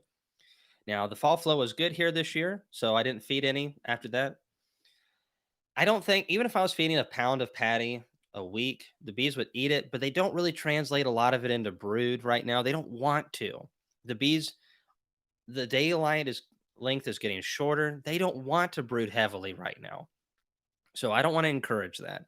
I want to just save that. I mean, think about this. It's no early November. So we got November, December, January. My bees are going to start trying to brood pretty good in January, towards the end of it, especially. So that's only 3 months. My winter bees are here. If I was wanting to raise more winter bees, I should have been focusing on that, in my opinion, back in early September, late August, late September. So if I was wanting to feed pollen patties, I should have done it then. I just feel like for the expense and the labor, it's totally not worth it to be feeding patties right now. Now, as far as dry feeding goes, I don't see the same results as I do with pollen patties. So I don't know. I'm just saving my money, and I'm going to be putting it into my 2021 bees. I think it's a better push. And I've talked to some commercial beekeepers that feel the same way. Some people don't feel that way, and they feed really heavily right now. So I like to wait to feed, if I'm going to, till after the solstice for sure.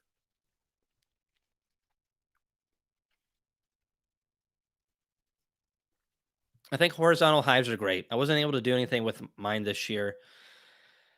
I was kind of disappointed about that. I just get spread myself out too thin on some things, especially since I was working a job earlier in the year and still filling in a little bit. So that will not be around next year. So I'm gonna have more time to fool with things like the experimental yard and focus on that more. But yeah, I totally think that horizontal hives are great. They just take a little bit of a different management system. Didn't Randy Oliver outline his 3 treatment policy? I haven't read anything with Randy Oliver in it in a long time. I used to read a lot of his stuff, and it's not that I don't like it. Um, I just it's hard to find the time these days, and honestly, whenever I get a chance to sit down, uh, right now, I'm definitely not in the mood to read that kind of stuff. Um, January and February, if I'm gonna read that kind of stuff, is when it happens. But Randy, he's got some good information. You got to watch it though, because some of the stuff he reposts from other scientists, and the one on oxalic acid vapor, 5 rounds in 21 days will kill, like 90 something percent of mites, is not something that I have found to be effective in my experiments whatsoever. And guys like Michael Palmer and others have found similar results. So Randy overall, I think, does a lot of great things for us, and I really like his information. But you also have to be careful with the stuff I say. Be careful with stuff Randy says, and everybody else. Take it with a grain of salt, especially when things are new. Mistakes are often made. Speaking of money, what engine do you have in Big Red? Big Red's got a 366. And there's so much space underneath that hood, and I'm only 5'6", so I can like sit down almost next to that motor and work on it. Not that I can work really on the motor much, but I switched out the carb and did a few odds and ends, and I can do the basic stuff. And it's a nice nice truck. It doesn't get very good fuel economy at all, but I really love it. It's been paid for a long time. That's the main thing. Thankfully, gas is pretty inexpensive right now. Yeah, 10 rounds in over 21 days. Um, yeah.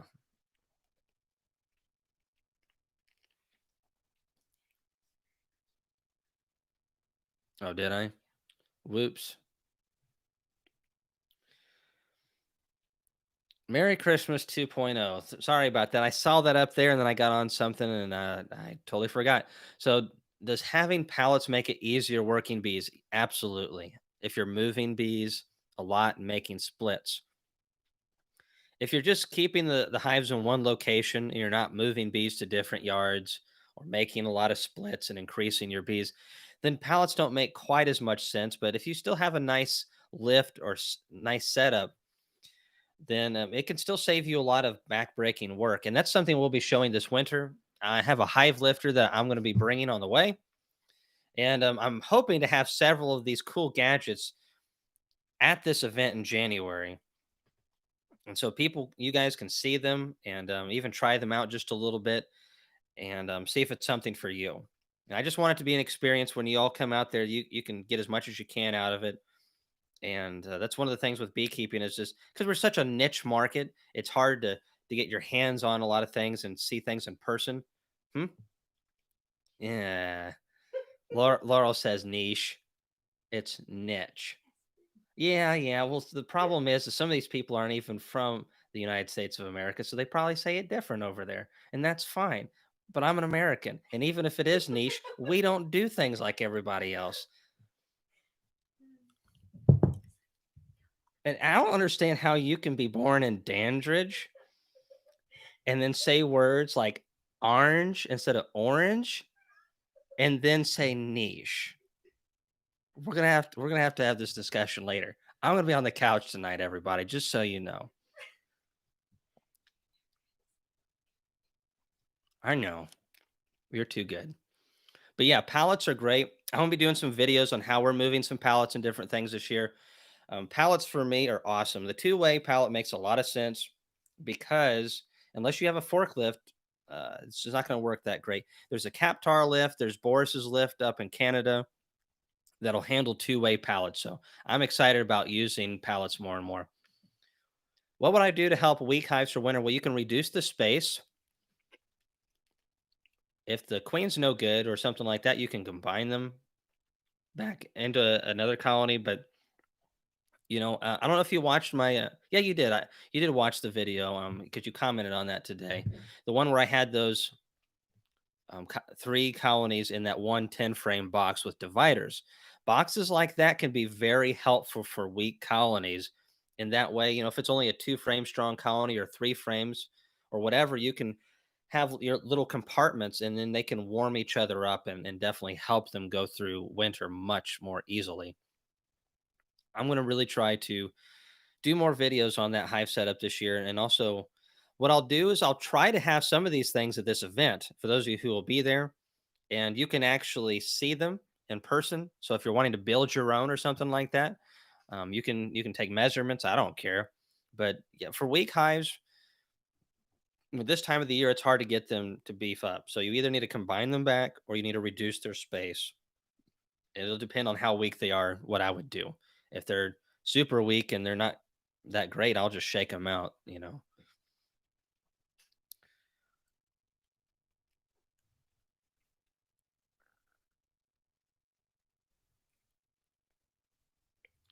Yeah, I figured you probably were Sarah with Laurel, but when are you not with Laurel on things? That's what's so unfair about this. It's like if how many of you, if you had to pick a team to be on, my team or Laurel's, who's picking my team?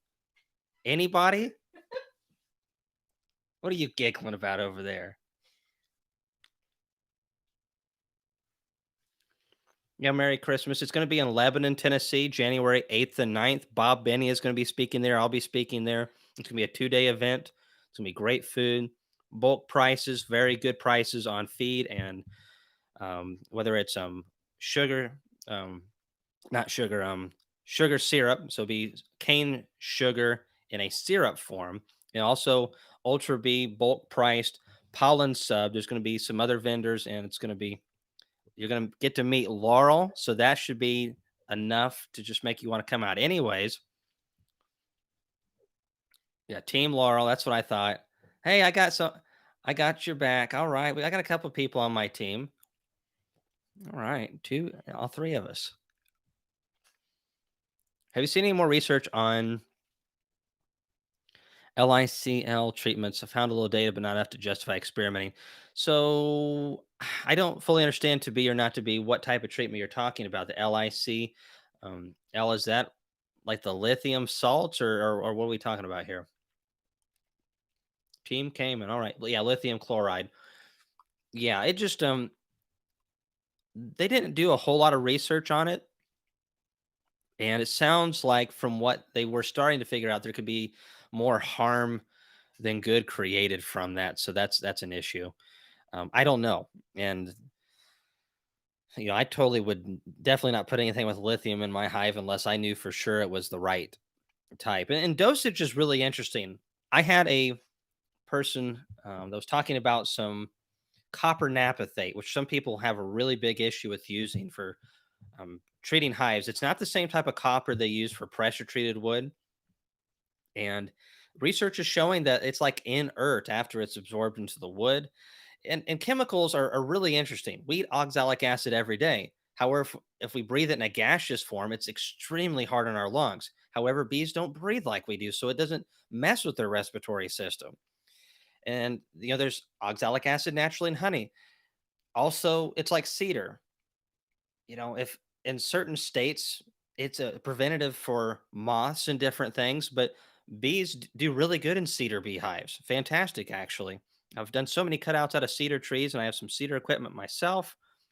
So chemicals and the physiology of different creatures. There's so many variables here with all this kind of stuff. With lithium, I would be really concerned. But like with the copper napathate as well, we need copper. Bees need copper in their pollen. So a lot of it has to do with dosage, form, and a few other different things. Hey, Lenny B, thank you so much. If you have any questions, make sure that you leave them.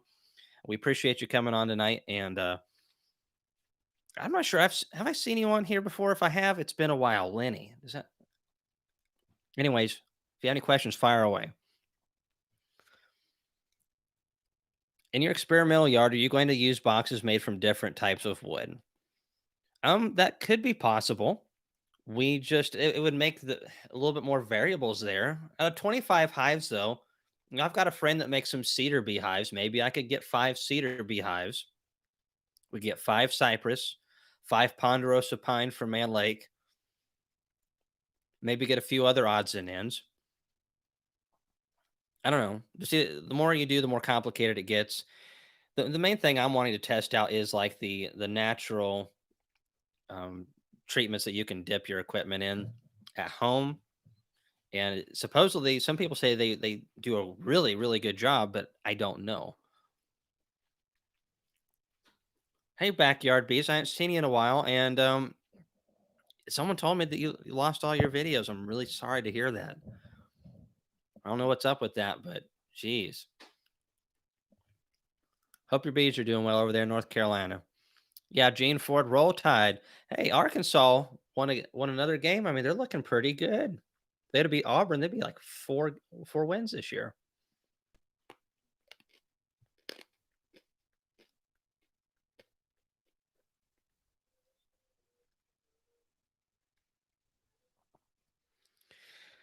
Benefit of cane versus corn syrup. Well, there's a lot of research on cane syrup and beet syrup.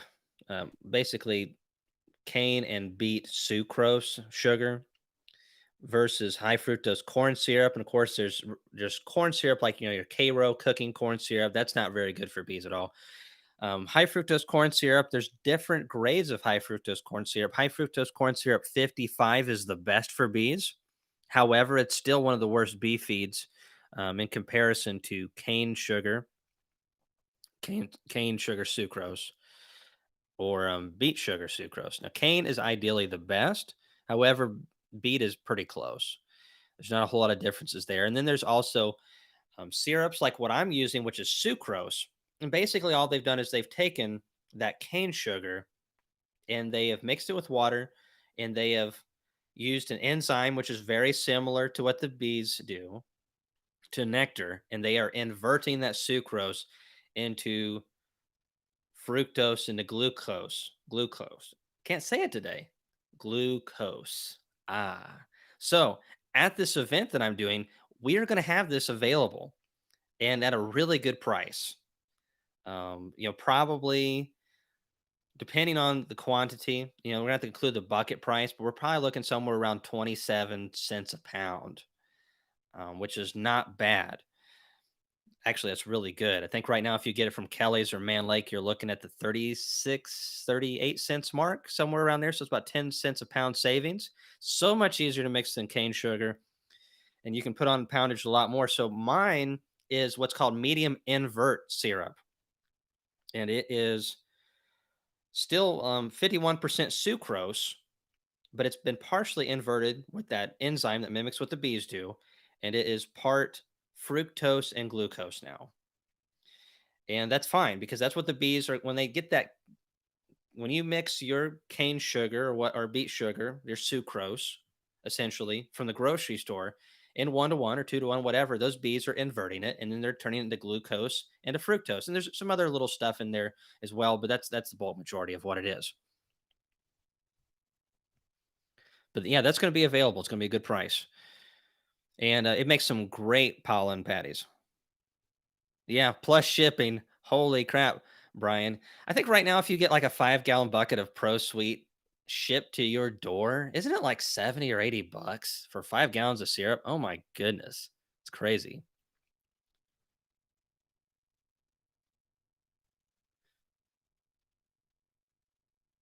Yeah, raw sugar is rough on bees. And basically, what we're trying to do is mimic what bees are gathering naturally from nectar and honey. And you always got to realize that there's so many variables here. It's insane because how the bees process things and how we process things is two very different things.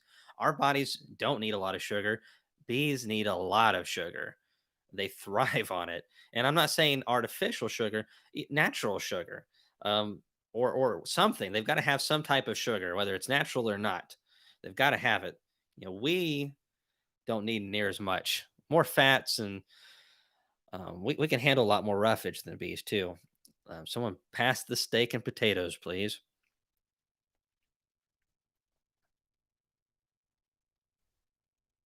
Hey, beekeeping like a girl. I don't have any dry pollen subs set out for my bees. If I set it out right now, I would have probably, I don't know, 60,000 bees on it in this bee yard because I've got about 80 something colonies over here again. They look really good. Really happy with how they look. But no, I haven't fed anything like that all fall, and I just don't see any positive, significant gains off of it. To me, I just don't. This time of the year, the bees want to decline in population. If I'm wanting winter bees, I'm wanting to make those bees in early September, late August. Yeah, I'm if I'm wanting to push them, that's when I push them. Late August, September, maybe a little early October. But I haven't fed any pollen sub or anything for 2 months, and I'm fine with that. Now, once we get on the flip side of the season and the bees see the day length is increasing and it's late January, especially if they're a healthy colony, they're going to want to brood up, and then that's when we really hit them with it. So that's what I'm doing. Do you rent out colonies in Tennessee? No, I don't do anything like that. We just basically sell nukes, queens, and honey. It's pretty much what we do. Um, Not really into trucking bees around. I hate moving bees, really do.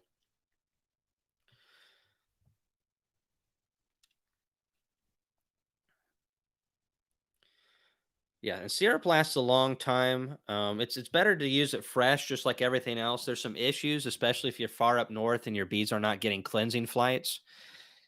Even down south, there can be issues storing syrup for a long time and it getting hot. HMF can be created over time, and that is a problem. But honey, if you leave it out in a barrel in a lot of heat too, HMF will build up in honey as well, just not as high of levels. And that's the thing. High fructose corn syrup. That's one of the reasons it's bad, is because it's really good about getting HMF levels fast, quicker. And sucrose is not near as bad, cane sugar, and honey is even less than that. Let's see here. Do-do-do-do.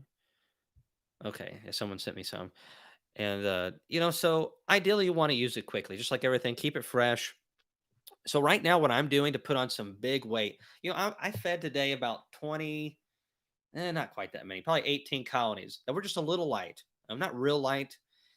They could have benefited from another gallon and a half or so. And what I did with this syrup, because it's already been partially inverted, it's so much easier. Mixing 2 to 1 with just raw sugar crystals, it's hard. You got to heat it up, and a lot of times still it gets super saturated and it just won't stay in the water. And then it's a pain in the butt.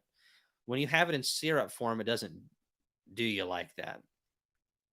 So I was taking 4 gallons of syrup and mixing about a gallon of warm water, about 120 degrees, and just took a paint spinner with the drill and mixed that up. It was super thick, but not quite as thick as the syrup. Now I can feed that syrup straight, and it puts on weight quickly.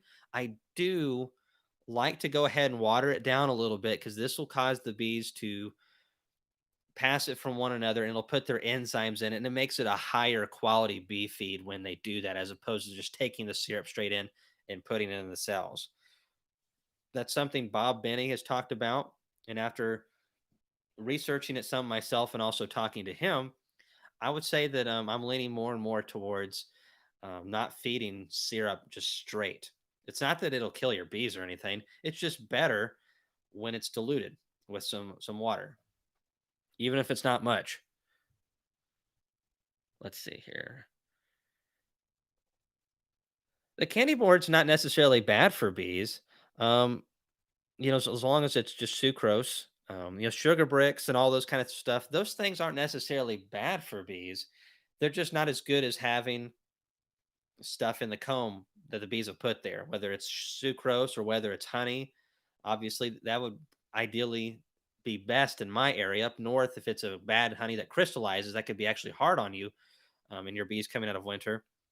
But there's nothing necessarily wrong with sugar bricks, mountain camp sugar, candy boards, and all that kind of stuff. But there's a reason why guys like Michael Palmer and Ian and me and Bob Benny and a lot of these professionals don't do that, because it's not necessary, and it's a lot of additional work. Again, we're on a professional scale. I'm not on their level, don't get me wrong, but still trying to take care of hundreds of hives. There's a lot of work, and you try to eliminate all that work as much as you possibly can.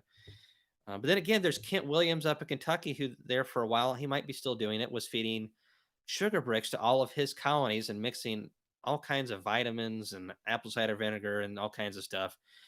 I don't know about that myself, but hey, Kent seems to like it. So just because other people don't do it doesn't mean it won't work. But I just think it's an unnecessary step, especially if you can get on there early and feed syrup instead. -10 here in snow. Wow, that's a lot colder. It was 80 degrees Fahrenheit today. I was wearing shorts and sweated through my bee suit today.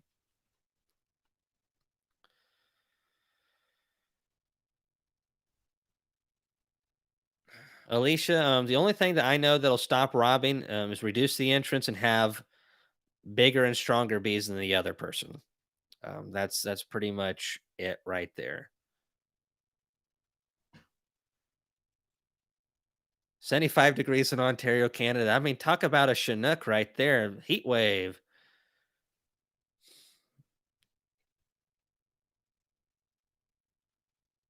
Let's see.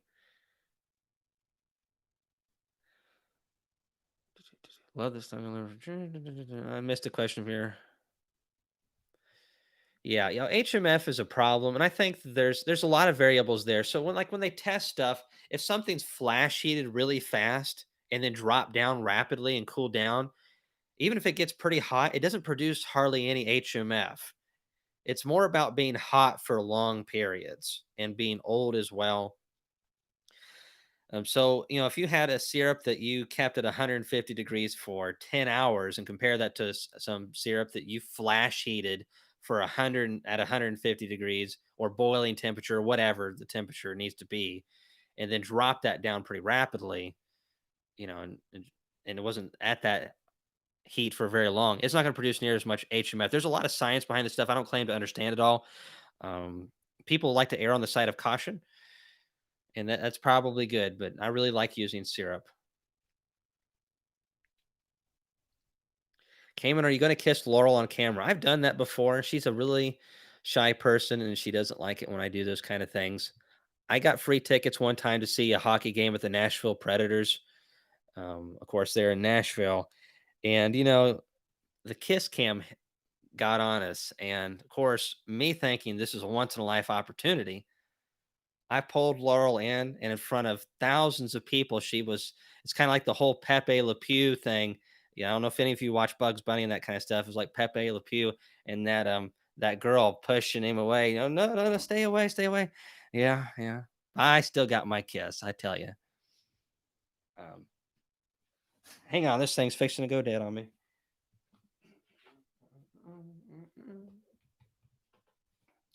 There we go. Now we're charged up. Evelyn Odenville in Alabama. You can get a shout out. Um, as long as Roll Tide. If you're an Auburn fan, forget it. Yeah, Pepe Le Pew. I watched too many of those cartoons as a kid. Let's see. Mm-mm.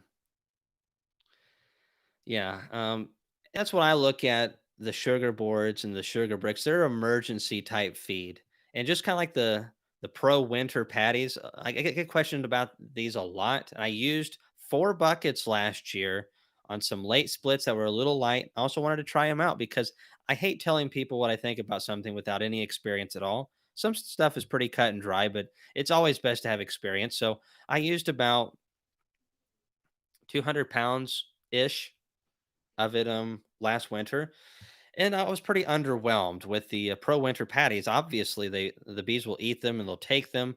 I don't fully understand this kick on just all these new types of bee feed. Professionals have been feeding with sucrose syrup for a very, very long time and very, very successfully. And there's a lot of research showing that it is the best. And it's the closest thing to mimicking what bees naturally want to do. It's just, taking it in, inverting it, sticking it in the combs, right where they want to be. But they work. The pro winter patties work, but they're expensive. I don't see the point with the pollen sub in there, and also it was just a pain to handle. And again, it's expensive, so that's just my opinion on it. Wild 100s. Honeybees are not going extinct. The only places that they're doing bad is where people have destroyed the habitat. That's the main thing. People like to talk about, pesticides and all kinds of stuff, but habitat loss is one of the biggest problems that bees face. They'll be fine though.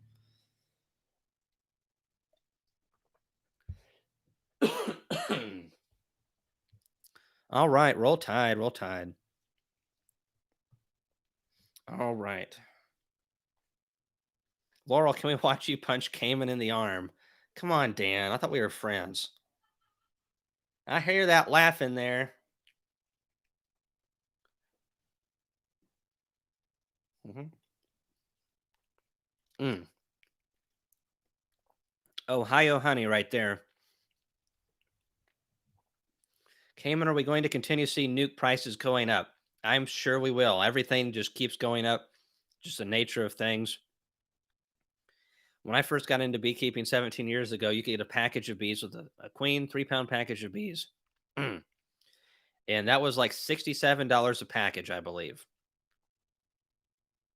It was in the 60s somewhere. And of course, I'm sure there's a lot of people that are older than me that can remember it much lower than that. But yeah, my prices though, my nuke prices are. I don't plan on going up this coming season, so they'll be the same as what they were last year or this year rather. I have some honey crystallizing. Don't really need it. What's the best way to feed it back to the bee? So if there's time, it would don't feed it back to them in crystal form. I would warm it back up just a little bit, just enough to where it's back in liquid form. You can feed it back to them like that, or you could use it to make pollen patties, which I think would be better. It'll definitely make them want to eat it. I don't really like feeding bees back honey myself, especially this late. It spoils really quickly if you dilute it. Negative 29 degrees Celsius. Woohoo. What's the smallest cluster that you have gotten through your winter and on how many frames? Idea being to get queens through for splits. So, Lenny, I don't know if you watched my video this morning, but obviously I had 3 frames, 3 frames, and 3 frames in a split setup. Obviously, it has an advantage because it has the other hives next to it, just a little thin barrier. And so they're helping warm and insulate each other. And because of this, you get a pretty high percentage of, um, and well, again, I'm in Tennessee. I don't have a very cold winter. I'll get some days that are down. If it's a really cold year, we'll get some days down in the single digits, but it doesn't really get that cold here. So you got to take that with a grain of salt. But Michael Palmer is getting some 4 frame deep colonies to overwinter in northern Vermont. And so I feel like if you can do that up there, you should be able to do 3 framers down here, no problem. Now, I have gotten colonies that were 3 frames through winter down here, but there's a difference between weak colonies that are 3 frames and strong colonies that are covering it really good. They're healthy, they're not stressed out, and they get to that point of once they get that first round of brood going, they're usually great. Um, but if your bees get kind of in a weakened state in February and January and March when it's really cold, it's really hard to get them off the ground. They might be an okay colony once they start getting going in those warmer days of April and May, but we don't want the bees just starting to get ground speed in April. We want them getting ground speed in late February, early March here. But you can get them pretty small. I've never had anything worth really a whole lot that was much smaller than 3 good frames of bees, though, make it through winter. And I'm still experimenting a lot with this, but I'm very optimistic about this setup because it is going to be extremely handy for us, and I think handy for other people. You can never have too many good queens.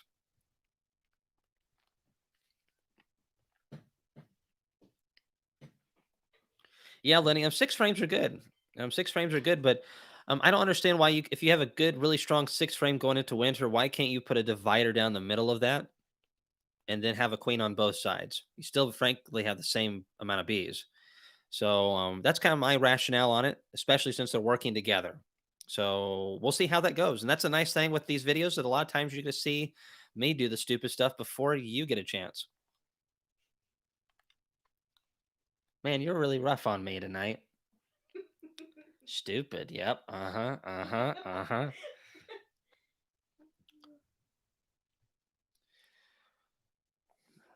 Merry Christmas. I'll probably start grafting in late March if the weather is good, and start doing splits very shortly after. Hopefully, we'll have a much more mild April this coming year. Good job, Laurel. Slow acting poison works best. Hmm.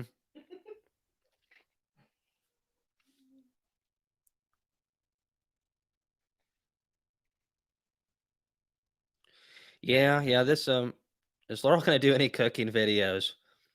Well, what are you trying to say, John? That Laurel is one of those only women can do videos in the kitchen? Huh? Is that what you're trying to say? I'm just messing with you, John. Sorry, it's just the way things are these days. People take offense so easily at everything. I have to make fun of it. Laurel, if we could get her to do videos, she would do fantastic. Um, she just she doesn't have much interest in doing it. I guess we just don't mean that much. Kind of hurts. If you really loved me, Laurel, you would do YouTube videos for me.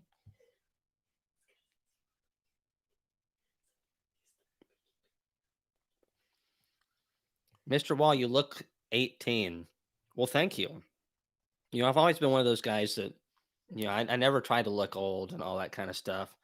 I never was one of those young guys that tried to grow a beard and look older than I really was. Mainly because if I try to grow a beard, I look like I was one of those Amish guys that has patches of beard here and really can't do it. But you just got to do it anyways because everyone expects it out of you. If there's any Amish people watching this video, I apologize. Um, I know it's a joke, of course. But seriously, no, I'm actually I just turned 32 just a few days ago. So 32. I've been beekeeping 17 years. If I was 18 years old, I started beekeeping when I was one, cutting teeth on hive tools.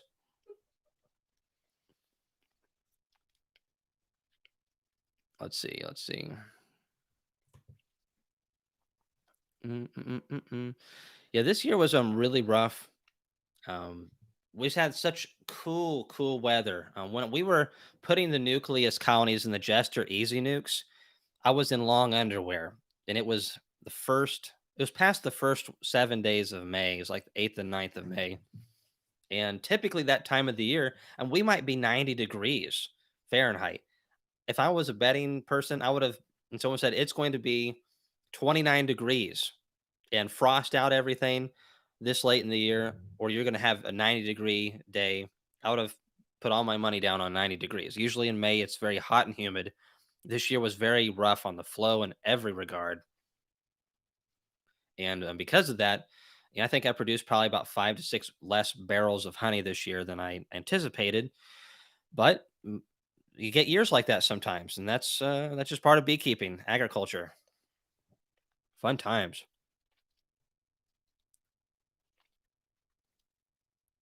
Yeah, Norseman honey, that's really cold right there. Let's see.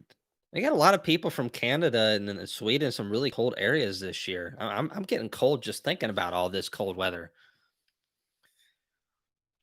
So let's see. For insulation, let's see. I think the Queen say, yeah, Dan C mentioned this earlier about sperm viability on the queens and 45 degrees Fahrenheit. Dan, I've actually heard that the queens can have issues if they go below 60 degrees and they start losing some sperm viability. So yeah, tiny clusters are the issue, and you're absolutely right. And I failed to mention that earlier when Lenny was asking about the smallest cluster going through winter. That's a great point. That is one of the issues. If they can't keep that queen warm, she could be brand new, could be great, but if she loses that sperm viability, she's worthless. And I think a lot of people experience this and don't know it. Dr. Um, Humberto Bon Christiani has some YouTube videos called Inside the Hive TV, And a couple of the videos address sperm viability at different temperatures. And once they get about over 105 or 106 degrees, the queens start losing it's 106 degrees, start losing viability of their spermatheca, which is their special organ that holds the sperm from all the drones that they mated with, all the ones that made it in. It's extremely competitive. For those of you who don't know, queen goes out and mates. She can mate with a dozen, couple dozen drones. We don't know 100% how many. And not only do the drones compete, there could be 100 drones flying after her, but the fastest ones get to her first. Then on top of that, one drone has enough sperm to fill the spermatheca, the special organ that the queen has to hold that for the rest of her life so she can fertilize those eggs to create female worker bees. So it only takes one drone to do that. So multiple drones are getting to the queen. And so not only do they have to compete to get to her, their sperm then competes for placement in the spermatheca. It's an extremely competitive way of genetically sorting out the losers, so to speak. And that is one of the reasons why I'm not a huge fan of AI in queens. I'm not saying that it's all bad. I just don't see a whole lot of point to it myself. But getting back to temperature and sperm viability, this is a really important topic because if people are shipping queens to you and they're not vented well, or they sit in a place in Arizona all day, or sit in your car underneath the glass, and the queen gets to 106 or 110 degrees for 20 minutes, she could lose enough sperm viability to cause that queen to be superseded. And I believe it was 60 something degrees that they started saying there was notable sperm loss, viability loss in the spermatheca as well. So that means if your queen, like Dan C said, doesn't have a good enough cluster to keep her warm in winter, which is one of the reasons why I don't like the two frame setup. It's with three frames, you've got this frame here, and you got this one in the middle. And so the ones on this, they can be on the side and kind of cluster around that one center frame. Where you've got two frames, it's just if they're really strong two frames, I can encompass that whole bit. I just feel like three frames is better. That's just my personal opinion. You can do more with it. And it's more forgiving than two frames as well. So, if they can't keep that queen warm and she gets too cold during winter, it gets down in the 40s, yeah, she's not gonna be any good.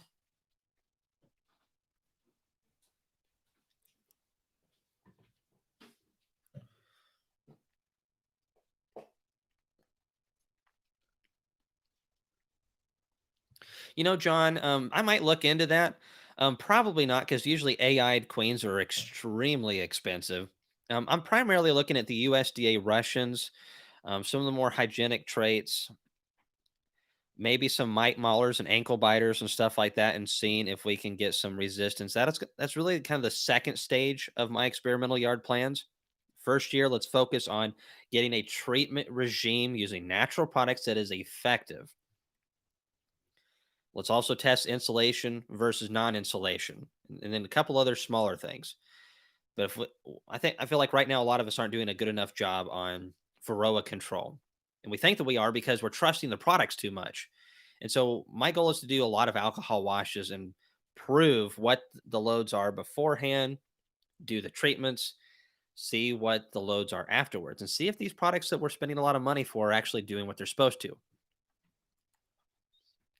Then after we kind of establish that fact down the road, yes, it is a big desire of mine to focus on genetics and work with other people as well on special bees that hopefully are resistant to varroa mites.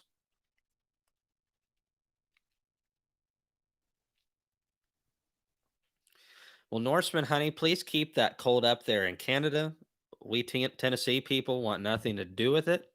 We're allergic to that, especially if it's that cold. Oh man, if that happened here, that would be bad.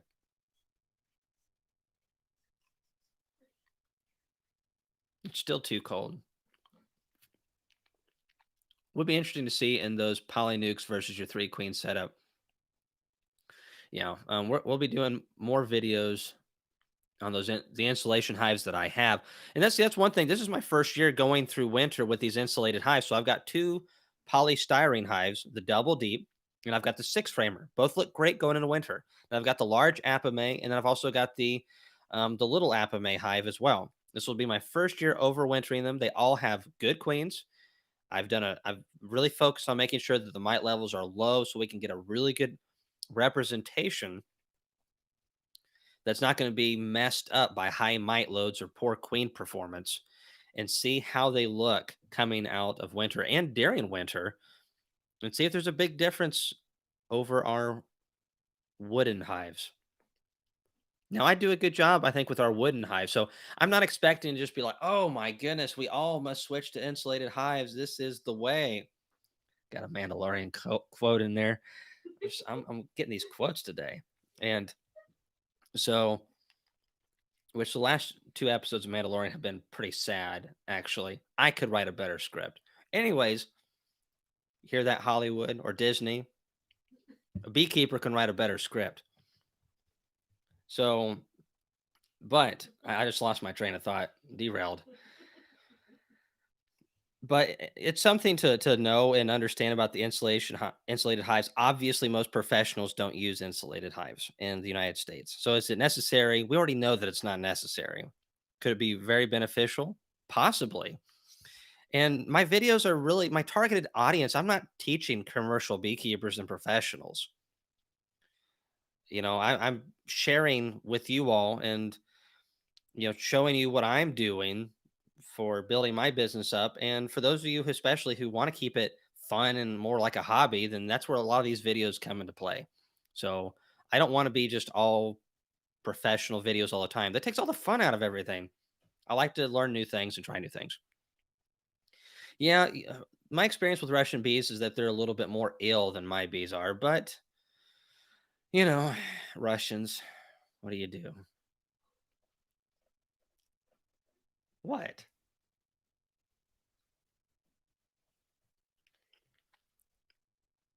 Hey, Cayman, any suggestions on buying packaged carnies shipped to VA for next season? I've never ordered any packages, carney packages before, and so I really don't know. I don't know. Um, I don't even know a whole lot of suppliers of carnies. I know that they make carnies out there in California. I would prefer to get something a little bit closer, but um, yeah, really, I'm sorry. I'm not a whole lot of help there. Feed them vodka. Yeah, alcohol wash right there. Woo.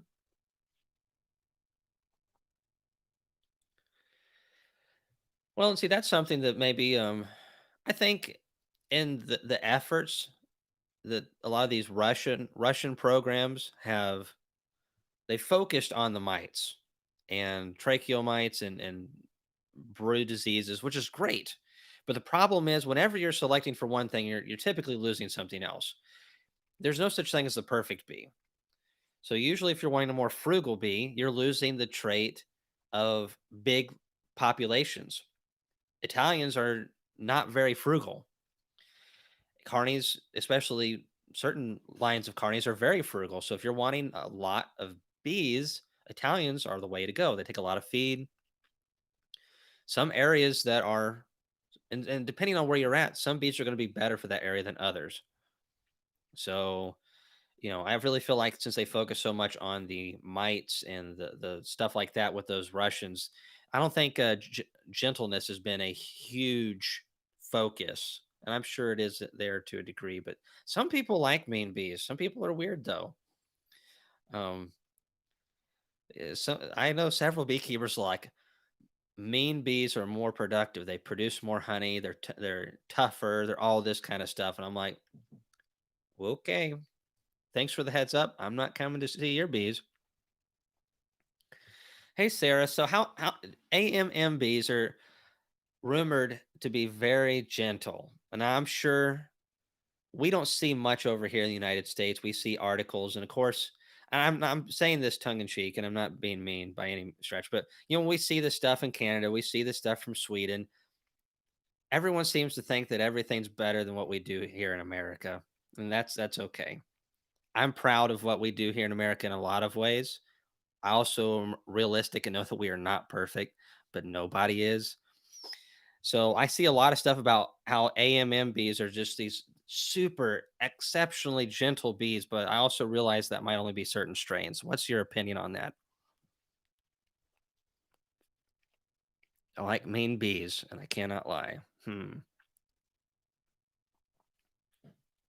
Not me. Cayman, what are your thoughts on the Cordovan bees? Have you had them before? I have, and they're basically a type of Italian. They're pretty. They're a good bee, but I haven't noticed any resistance traits like at all. And they eat through a lot of food, but I think they can be really good honey producers and very gentle bees. That's one of the things that I've noticed with them is that they're just very calm and gentle bees. They don't like to run around the combs very much, which is very nice. Very pretty looking bee. But then again, I've never really seen an ugly looking one, so that was kind of like saying that. It's just it wasn't saying much. But yeah, I think they're great. Just not super resistant.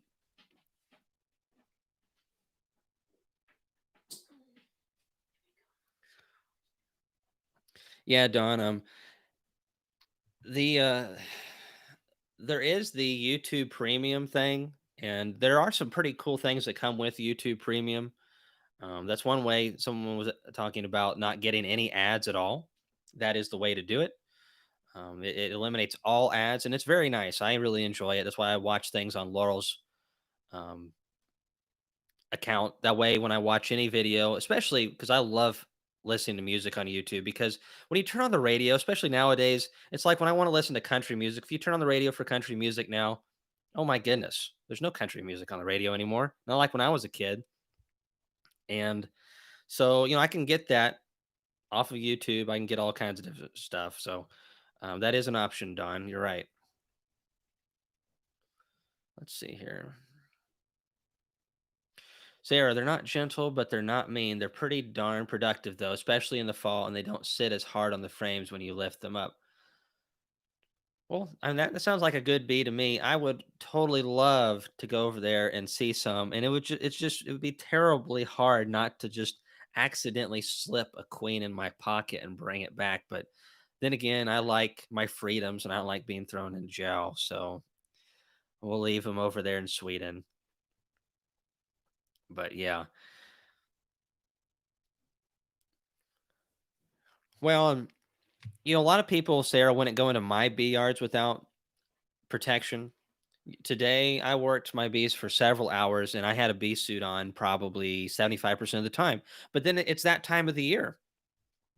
There's no pollen, there's no nectar, it's cooler, and everything's louder because the propolis is pretty cool. So as I'm popping the boxes and popping the frames, it's a lot louder. I mean, usually in summer, it's not loud at all because it's kind of like taffy.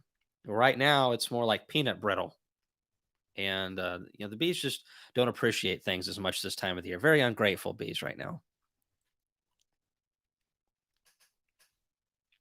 But then again, it's just seasonal type stuff. It's amazing when you have a good honey flow. You can almost do no wrong. And then the honey flow stops 3 weeks later, and you got 5 deep boxes worth of bees almost in there. And you're pulling honey supers and flows over, and all of a sudden they go from kittens to mountain lions. Where can I buy out drawn frames? I only have 2 hives right now and don't have any to spare. So I don't know where you're at, Whit Davis, but in states like Tennessee, and some states are like this, it's illegal to actually buy drawn combs by themselves. You can sell bees with drawn combs in them, but there has to be bees presence because Tennessee does not want anyone selling combs that don't have brood in them so they can see if there's any diseases. I think Alabama is this way as well. I don't know that for a fact. Kentucky is not like this. In several states, you can sell drawn combs, and that's perfectly fine with them. And this is because of American foul brood, which is a very rough, rare, egregious disease. It does pop up from time to time, but it's not very common. But if you get it, it's very devastating. European foul brood's a little bit different. It's still not good, but it's not American foul brood. Um, but you can there's other things that you can do. One, if you're in Tennessee, You could buy some bees that so this is one way that some people have gotten around it. They'll buy a nuke and then they'll like, hey, do you have any combs for sale? And the guy will have like three or four supers that he'll put on top of that, and sell them with the combs on there, and that's kind of legal-ish. I don't have a problem with it, but laws are laws. You can get permacomb or plastic drawn out combs. There are things to go around that to a degree, but that is the biggest hurdle for young and new beekeepers is drawn combs. You need a Reddit. I don't even know what that is. And that's the interesting things, folks, is that prior to doing these videos, I hardly ever got on YouTube or Facebook. My life was so simple. But I'm really glad I did. I've made a lot of fun friends through this and learned a lot more about beekeeping than I ever would have if I would have never done this. But I have found that I really enjoy YouTube's music videos. Man, I love listening to not the live music videos, but just listening to classical music, big band, a little bluegrass here and there. Is 250 too much to pay for an established hive with one deep and one super full of bees? If it's really full and looks good, that's not too bad of a price, really. Ideally, I'd like to see that more around the 225 range, but 250 is not exorbitant or anything like that. And it all comes down to condition too. I really would like to look at that colony before I buy anything like that. It's a big investment. $250 is a lot of money. Um, get down in there if you can, and look at the brood and see what it's like.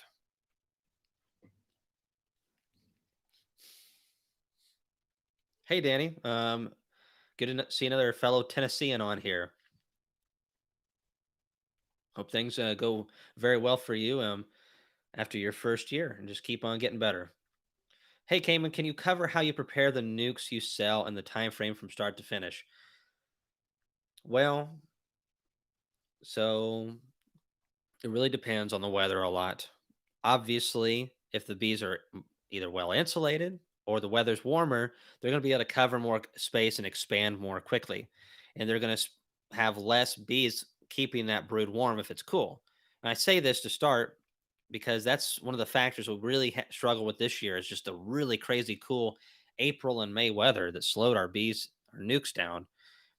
Obviously, if it's getting down to 30 degrees at night like it was a lot, then the next day, if it's getting in the 50s, there's not as many bees they can devote towards foraging and expanding and drawing combs, as opposed to it being 70 degrees and dropping down in the upper 40s or low 50s. So, temperature plays a huge role on little colonies and big ones too, but especially those that are really not quite. That's why people sell five frame nukes. A good strong five frame nuke is a great size because if it's healthy, it's going to go places and it's not fragile anymore as long as it's strong and healthy. A good nuke. So I'm saying from start to finish, we're making these things up in late March, and ideally we're selling them. Uh, you know, the 1 week in March, 4 weeks in April, sell them first week of May, so about a month and a half. Of course, depends on how strong you make them. But our video that we did in August when we made the our summer splits is a very similar method to what we do to make our spring nukes as well. Just a good strong frame of brood, good frame or two of brood, food, and a couple frames of foundation. Feed them, throw a queen cell down in there, and a few other odds and ends. I'll try to do more videos on that and the queen rearing this year. My goal is to be doing this full time this coming season, so that'll really help a lot with the videos. Yeah, Dan. So now that you've got those wired up good, how's that better comb working out for you? A lot of people are having issues with it sagging. I know you were one of the first people that called it out on having issues with the sagging.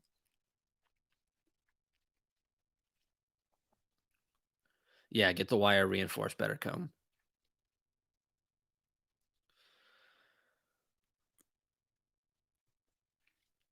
Yeah, better comb. Yeah, I've never used it.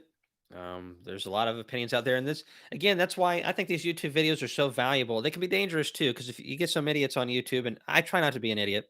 Laurel, see, I've got Laurel as my accountability, so that helps a lot, helps us all out. But some people don't have that, and they'll just put whatever on YouTube. And some people take everything I do with a grain of salt too, please. But it can be very damaging, or it can be very helpful. Like with Dansky started posting stuff about better comb and having sagging issues. That already gives us like if I ever started using better comb or wanted to try it, obviously I'm going to be wiring it. So I'm not even going to have any sagging or make any mistakes with it because I didn't know, and I'm not going to lose my investment that way because of Dan's videos. And that's what we're here for too.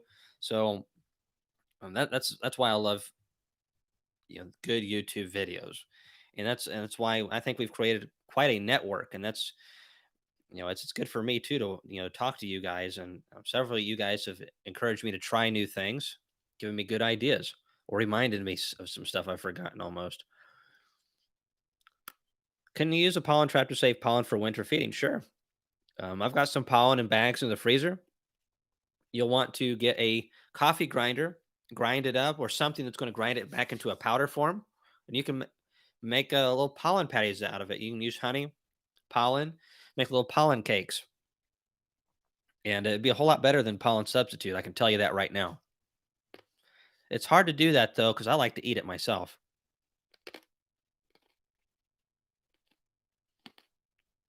Wee's bees came in. When do you start taking orders for bees, and do you ship? I do not ship nukes. Now queens is something different. I won't start taking any orders till probably the third or fourth week of January. And I will be letting everybody know about that so everyone has a fair shot. I'm still debating on whether we're going to focus more on queen cells this year or nucleus cells. So probably do a little bit of each, but which one is going to be my primary focus?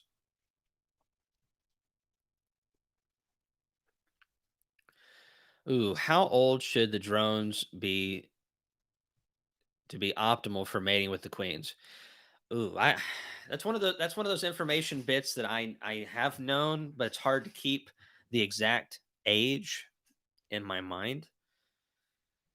I do know that the general rule of thumb is you don't want to start grafting queens until the drones are in the purple-eyed stage, the purple-eyed pupa stage. So, in order to make sure that you have plenty of drones, but they don't just emerge from the cell and within a day or two start taking flights to find a queen. It actually takes, I can't remember how many days. It's like a week or so.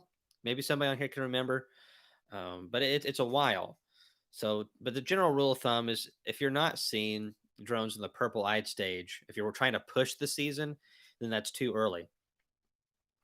I'm not one of those people that pushes the season, though. I don't like queens, are very important to me. Inferior queens are worthless, in my opinion. So, I want to make sure they have plenty of nutrition, plenty of drones, all that kind of stuff. So, by the time I start grafting, I already have drones and plenty of them. I've had drones in the purple eyed stage for weeks.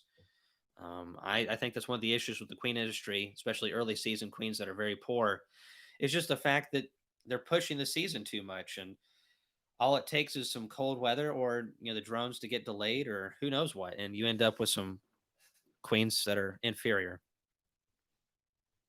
Cayman, have you ever used a slatted rack? Um, I have used a slatted rack bottom board before, and they work all right. They help cool the bees. But it's just another expense, and I don't find it necessary. So I purchased one, and I was like, that kind of works, but it's just something else to fool with, and never used it after that.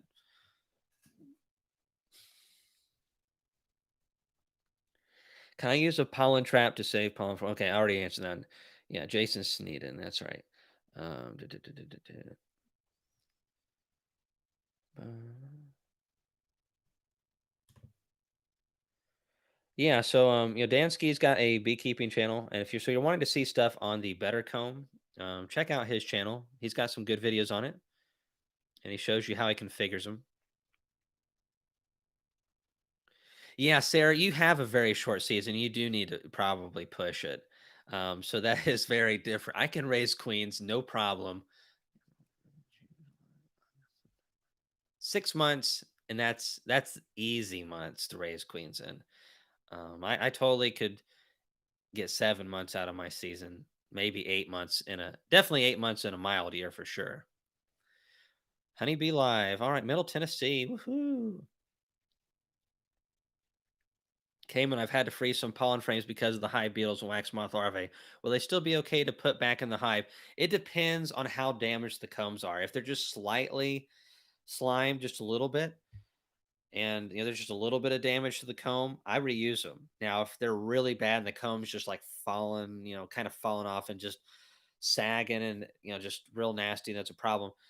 Sometimes I found what I'll have to do is spray them down with a little bit of water right before I put them in the colony. Now, if there's a lot of bee bread and stuff in there, that's going to cause the bee bread to ferment if it hasn't already from the small hive beetles. But if you can get that slime layer off and the combs are still in halfway decent condition and put them on a strong colony, they'll clean it up and use it. Yeah, Rodney Middleton. I really like the Apame bottom boards. I was going to do a video this winter on one of my favorite things that I've tried this year of all the things that I've tried, and the Apame bottom board is right at the top. If you like pollen traps and you like just a good bottom board, I mean they're nice. So if you're wanting to have the way I look at it, if you want a pollen trap that's good, you might as well get this one because you get a nice bottom board. You get a pollen trap that does a very good job, and for the price of it, it's a reasonably priced pollen trap. And you can also do other things with it as well, like count Varroa drop and different things. And you can open it up, and now you've got a screened bottom board, and you can close it up, and it seals it very well. So, yeah, the Apame bottom board is a nice feature. One of my favorite things about them. Hey, no problem, Dan. Angel says, I'm so bored. That sucks to be you, Angel. But sometimes I get that way, especially when I'm cutting up bee equipment. After a while, I get bored too, especially when I make a funny comment like that, and then Laurel hits me with one.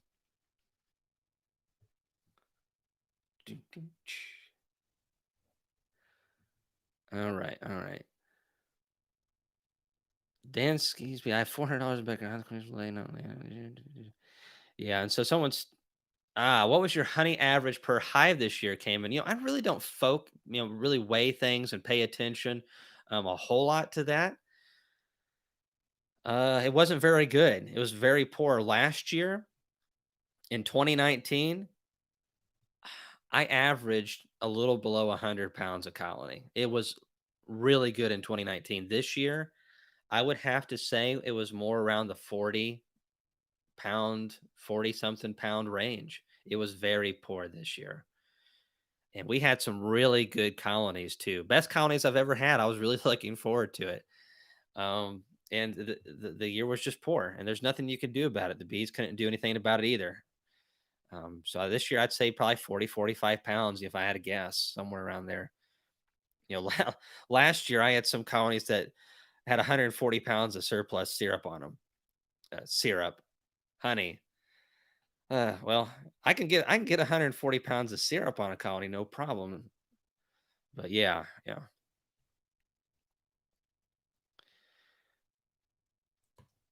Let's see.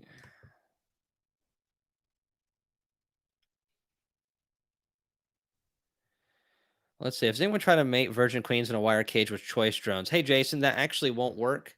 Um, these bees, they have to have it their way. The drones will not mate a queen, and the queen will not. I cannot remember what it's called. I'll if I try to pronounce it, I'll botch it. So they will not mate unless they're flying. They just will not do it. So they've and there's something to being outdoors. There's something to being flying, and also the elevation, certain levels. The drones will not come after queens and mount them at certain heights. So you got to have the queens at a certain height. So that's why basically it's natural mating or artificially inseminating queens.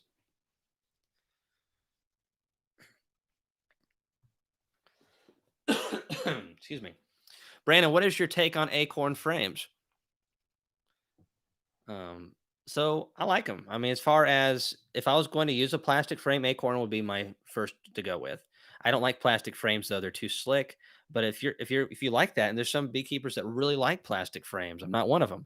I like the plastic foundation. Acorn makes a very good plastic frame though. So if you're wanting to go that direction, acorn would be the top of my list.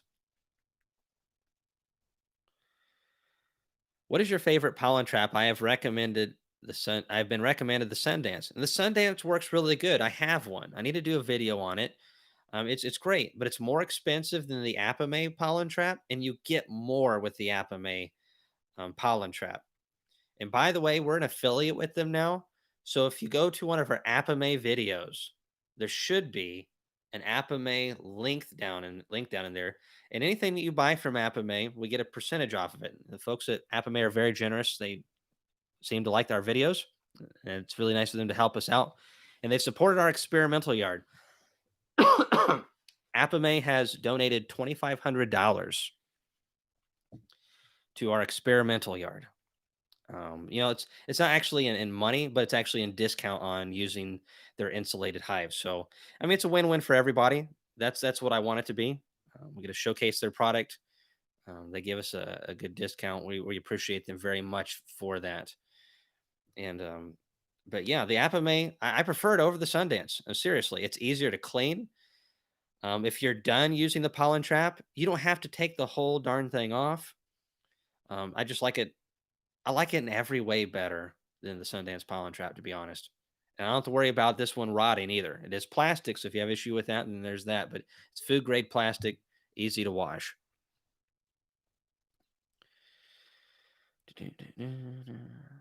Is there any particular reason we put the entrance on the short side of a standard box rather than the long side? I'm thinking of making some bottom boards that the way because it's easier for me to get out.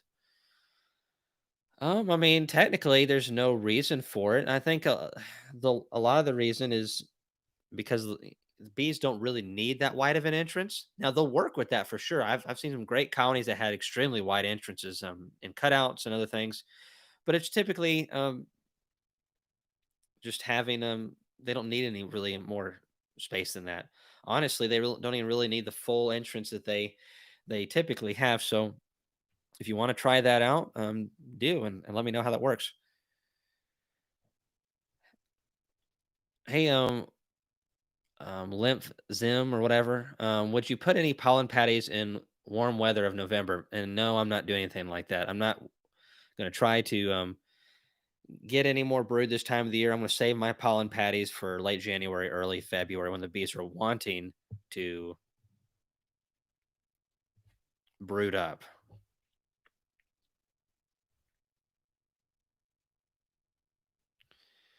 Let's see. Yeah, entrance reducers, all that kind of stuff.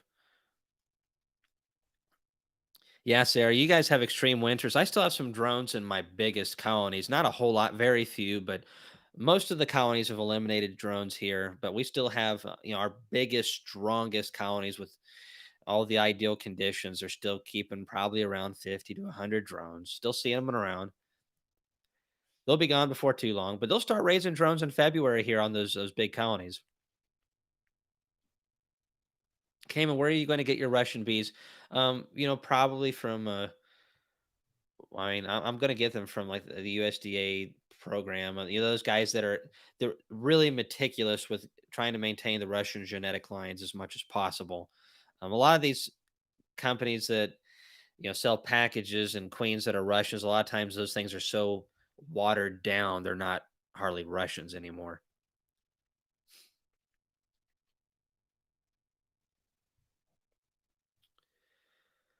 Ah, you fed a possum some pollen substitute on Friday night. I'm telling you what, possums will eat every bit of your pollen sub. I've had them try to chew through my buckets, and then we shot the possum. I tell you, I've shot probably 8 possums this year with my 22, and they just absolutely love pollen sub. Raccoons are bad too. Well, Sarah, we don't have all that beautiful snow, and we don't ever get to ski or ice skate or anything like that, so we don't have it all here.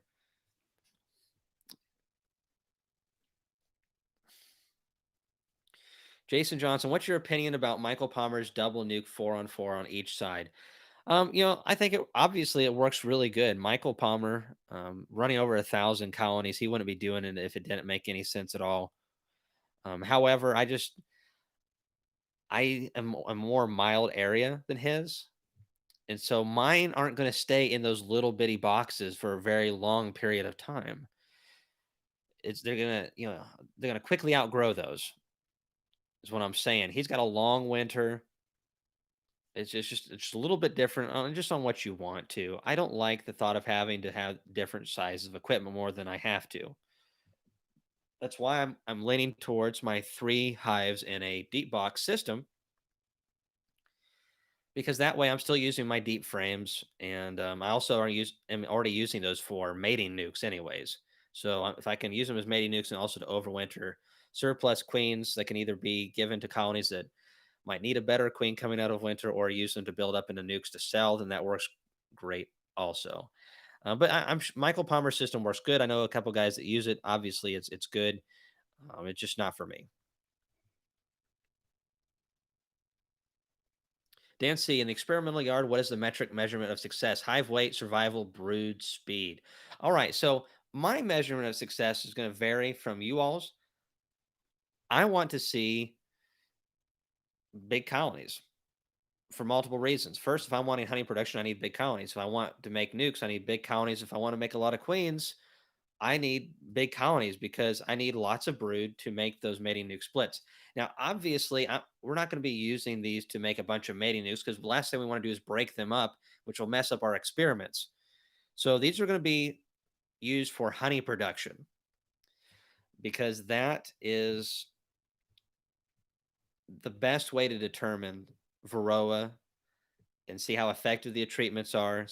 Later on, see how effective the genetics are at resisting Varroa, because when you create brood breaks and you make a lot of splits, you are retarding Varroa.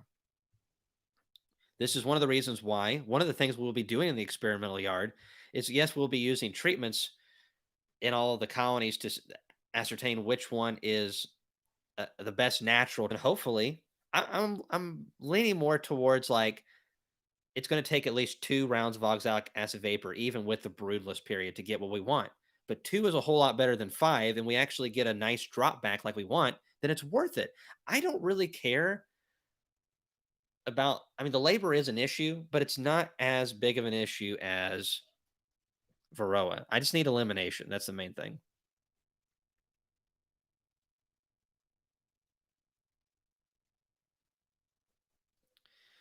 Let's see.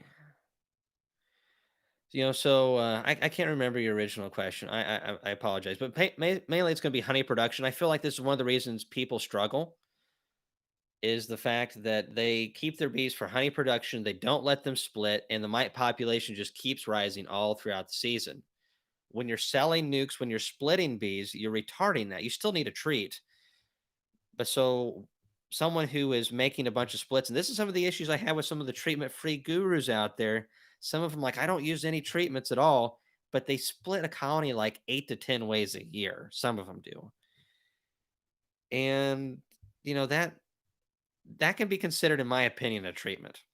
It's not a chemical treatment, natural or otherwise, but it still is something that you're doing. So if someone's like, "Oh, I bought these bees from this treatment-free guy, and now I'm going to make honey," you cannot go honey production if that's the mechanism that's reducing the loads of Varroa.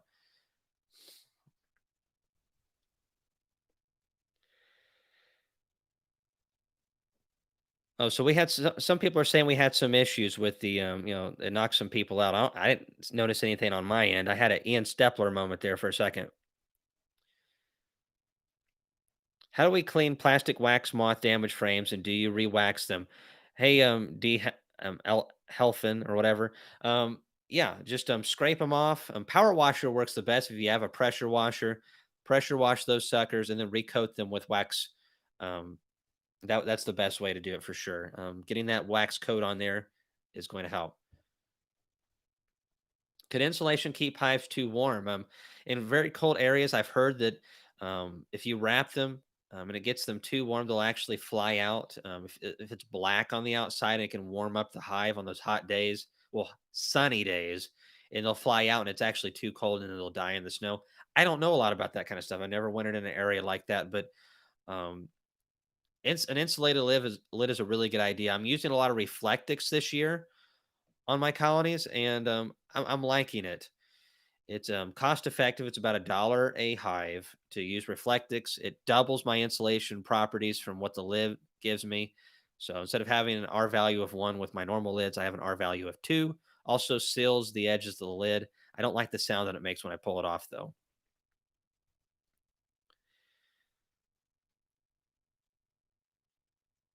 Let's see. Hey, Wade Barnes, what do you mean commercial come through? What is that? What do you mean by that?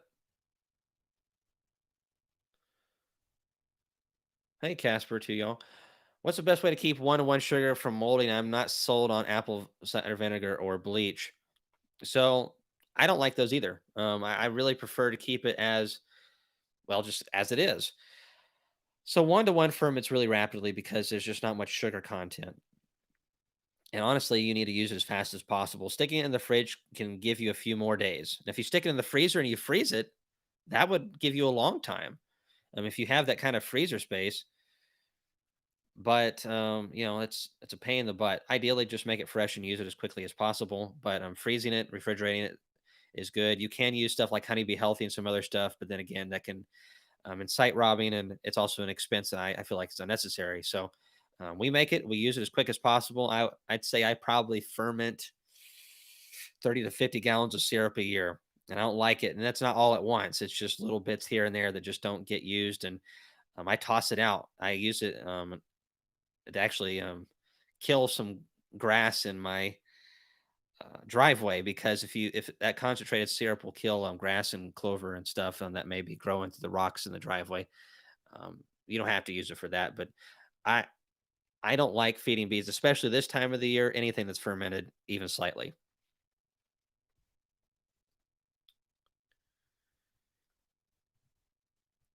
Yeah, Sarah makes a good point. Insulation is great all year, both in hot and cool weather.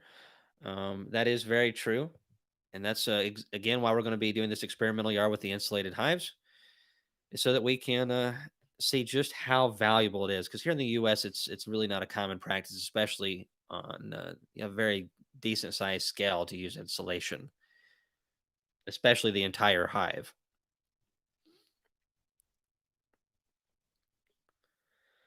Washington. I mean, yeah. So again, I tell you what. See all these seeds right here? They're Vitex seeds. I'll probably bring these with me, and maybe a few other odds and ends like this, because when I asked Ray for some seeds in California, from some Vitex, I was like, I'll get 50 to 100 seeds. That would be great. Maybe I can get a few dozen plants off of that. That'd be great. I mean, there's got to be like 20, 30,000 seeds in here. It's unbelievable.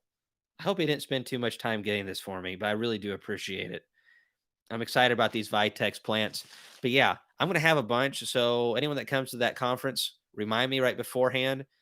I'm on the 8th and 9th, and I will bring some of these and we'll hand some out. Vitex produces nectar and pollen during like January. January. That would be something right there. Late June and July and early August, which we don't have hardly anything during that time here in Tennessee in my area.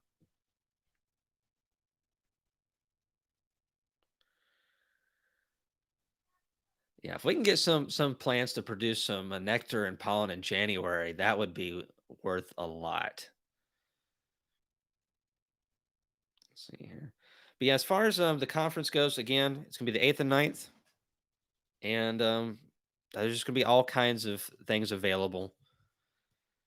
I'm gonna try to have the Canadian hive lifter, not Ian Stepler's big one, because that's like $35,000, and no, no, no, just not gonna make that big of a jump yet. But we're gonna have a small lifter, and I think it's a lot more cost effective. for beekeepers that are of our size, and I'm really excited about it. He just calls it the hive lifter, basically, but I'm going to call it the Canadian hive lifter. Is what I'm going to call it. It's easier to keep um, that in mind. I think it'll hold if I translating the how you Canadians weigh things to our poundage. It'll hold pretty close to about 7 medium boxes of honey and the pallet um, as I'm moving honey. So that's quite a bit of weight. And empty, I think I'll be able to hold about 20 medium boxes. By the way, I'm going all mediums for honey production. So that's something that Laurel and I have been working on towards a while. We wanted to get our hive numbers up to a certain point. We wanted to get our deep combs up to a certain point. We kept tossing back and forth. Are we going to do deep boxes for honey production, or are we going to do and stay with that, or go mediums? And I've just my back has been sore so much this year. I've probably spent a month and a half total this year of having a very sore lower back due to dealing with so many deep boxes. And I'm 32. I'm not the biggest guy in the world, and I don't work out or anything like that. But I mean, I've got a little bit of muscle, and it's still bothering my lower back. So, and Laurel picks these up, and she's really strong. And my kids are starting to help more and more. So we're going mediums on honey production from here on out. Plus, I've got my silver queen set up right now for mediums, and now I'm just drop them in and just feed that sucker. And oh, we can extract 10 times the honey that we used to do a couple years ago by hand. Oh yeah. Hey, Zach Heinzelman, why don't you buy me a forklift, buddy? I mean, we are good friends, and my birthday was just here, and Christmas is coming up. You sell so many queens, and you're so, you, come on, man, help a guy out. You know, no, no.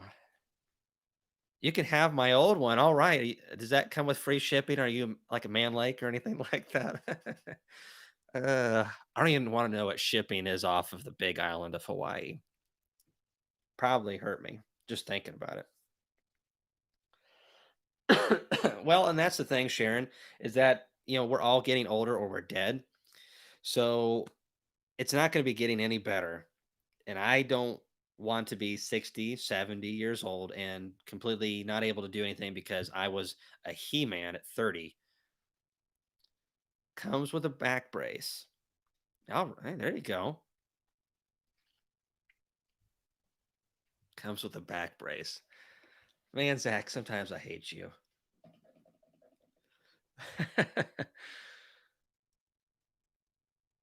Okay, I got one question I asked. Came away in several. There it is. Why use Home Depot delivery truck? Yeah, that would be nice. And a lot of people ask about why we're doing things the way that we do. There's a lot of different ways to do things when you start a business, and I'm not sure which are the best, to be honest. I'm trying to be a little bit more cautious. I'm definitely not a person that is too cautious. I don't think.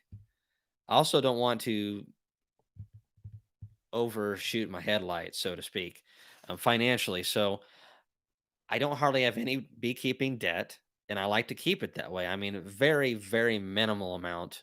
And honestly, if I wasn't expanding a little bit more this year, I would have zero. That's very important to me. We don't hardly have any, basically just almost a house payment. It's very important to me that I don't have a lot of outstanding credit and debts and interest and all that kind of stuff. And I'm letting the bees build up. That's one thing I failed to do early on is I was overshooting my headlights every year for my skill level. And so now I'm just trying to let the bees grow organically. But because of that, a lot of the tools I have, people look at some of the stuff that I'm doing. I'm like, why aren't you doing it this way? Don't you know there are better methods out there? And yes, I most of the time I do, but I'm not made of money. Um, and it's a good thing Laurel loves me anyways. Where are you, Laurel? But yeah, we're trying to be very frugal.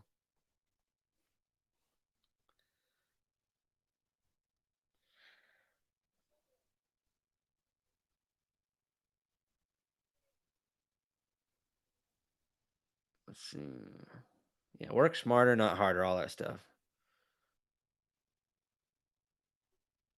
So Bruce, the hive lifter I'm getting, he's got multiple models. It looks like mine's going to be somewhere around the 1,350 US dollar amount.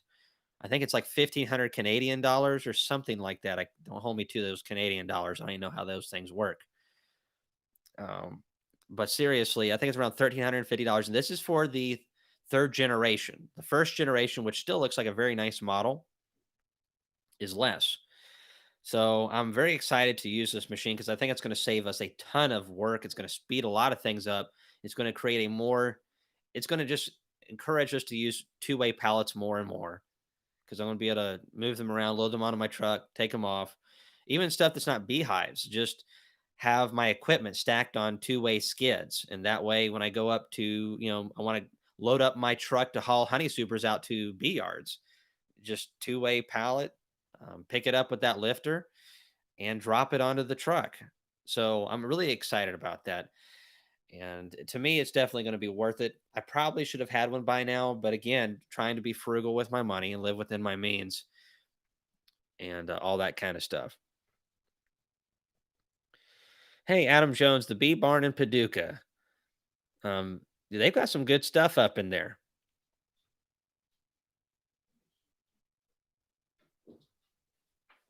They sell syrup up there as well for any of you that are around there that need stuff to feed your bees in winter. They've got some good syrup. Oh wow, look, you guys should see Laurel right now. She's got her hand on her hip, just like the woman that knows better than the man. I mean, this has been going on for thousands and thousands of years, and I don't even know why they bother saying anything. We men already know what that means once that hand gets on that hip right there. At least it wasn't a double handed hip thing because then it would have been really bad. Oh, Laurel says that was the reason she didn't use it is because she was too busy moderating with the other hand. Ah, okay. Isn't the Canadian currency maple syrup? Well, that sounds pretty good. But no, she's like, you said you were only going to do this for about an hour and a half to 2 hours tonight, and here we are, hours and 52 minutes. Sorry, run, Cayman, run. So that's a great story, Jason. So before Laurel and I got married, Laurel, you might want to go out of the room.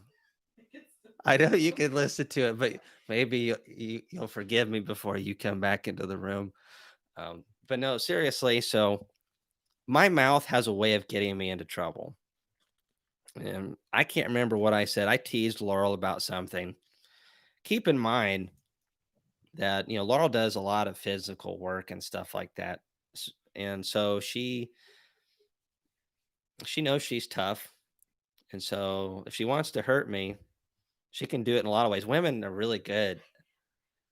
Ne- you never have on purpose. That's true. But you have hurt me on accident a bunch of times. But anyways, I said something to her. I can't remember. I blacked out. Um, but I said something, and oh yeah, that's what it was about. Okay, so guys, help me out here. Now, I said this to Laurel, and at the time I was raising pigs. Okay, I know this already is sounding really bad, isn't it? It was a compliment, and I would consider myself an average man. I'm a manly man. I speak in terms that other men can understand. I had a, anyways. I didn't have any sisters either. Okay, and I live far away from my cousins. Not a whole lot of girls in my life. Homeschooled, and I said to Laurel, I said, if pigs looked like you, I would raise thousands of them. It was supposed to be a compliment. It sounds terrible now that I thought about it, but when you're young, you don't think a lot. And all I all I remember is she was too close to stand to hit me good because she was probably about this far away, and you can't get a good swing in when you're that close to somebody. So Laurel took a step back so she could get more room, and then she delivered a right-handed punch. Not towards my beautiful face, thankfully. That's we're all very thankful that she didn't mess up my nose for the YouTube videos. but I turned away and she hit me in the kidneys. It really hurt for a long time. That was prior to being married. It was in that moment I thought being single is not that bad. But no, no, I really didn't think that way. And it was fun. Laurel's great, and this is not domestic abuse. This is us having fun and all that kind of stuff. Yeah, Edward Davis, quit while you're still breathing. Uh, but seriously though, we have a lot of fun. My mouth can get me into trouble. It's taken me 10 years to get to this point where I'm a little bit more careful about stuff. Yeah, see, I thought it sounded very sweet too. And I really meant it. This is the disconnect men and women have though. Guys and girls value things differently, and that's all right. It's good. But sometimes the trying to communicate doesn't necessarily always work, right? All right. Yeah, oink oink.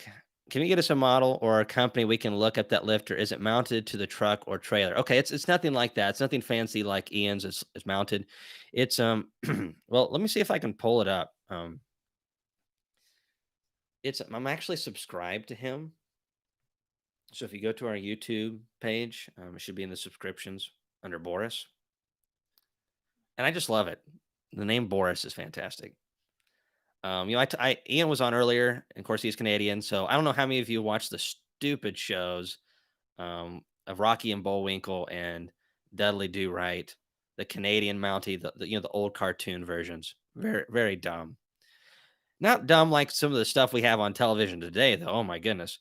But anyways, so growing up as a kid, I thought all Canadians were Mounties basically, and but no, and the only guys I know that were named Boris was the bad guy in that. Is always after Rocky and Bullwinkle, and yeah, Boris, he's nice. He keeps a lot of bees up there in Canada. Yeah, what about Natasha? Kid number 3, Boris. Oh my goodness. He'll be a lot bigger than me if he's named Boris, that's for sure. Well, can't you like put the link down there where they can like look at? So Laurel's gonna put the link for that lifter. Here, let me see which video. Actually, that one at the top was the right video. That's what it was. And she'll leave a link for that lifter that I'm looking at getting. I'm not looking. I'm planning on getting. So I just haven't got it yet. I usually like to wait to more towards the end of the season to make my purchases before the next season. Yeah, but I think there's a lot of potential there. The price isn't too bad.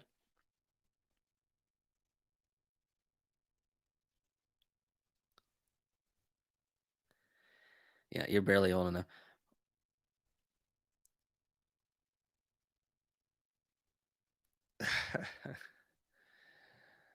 Uh, I'm Canadian, but I decided to move away from Hoth. It's pretty cold up there. I'm telling you.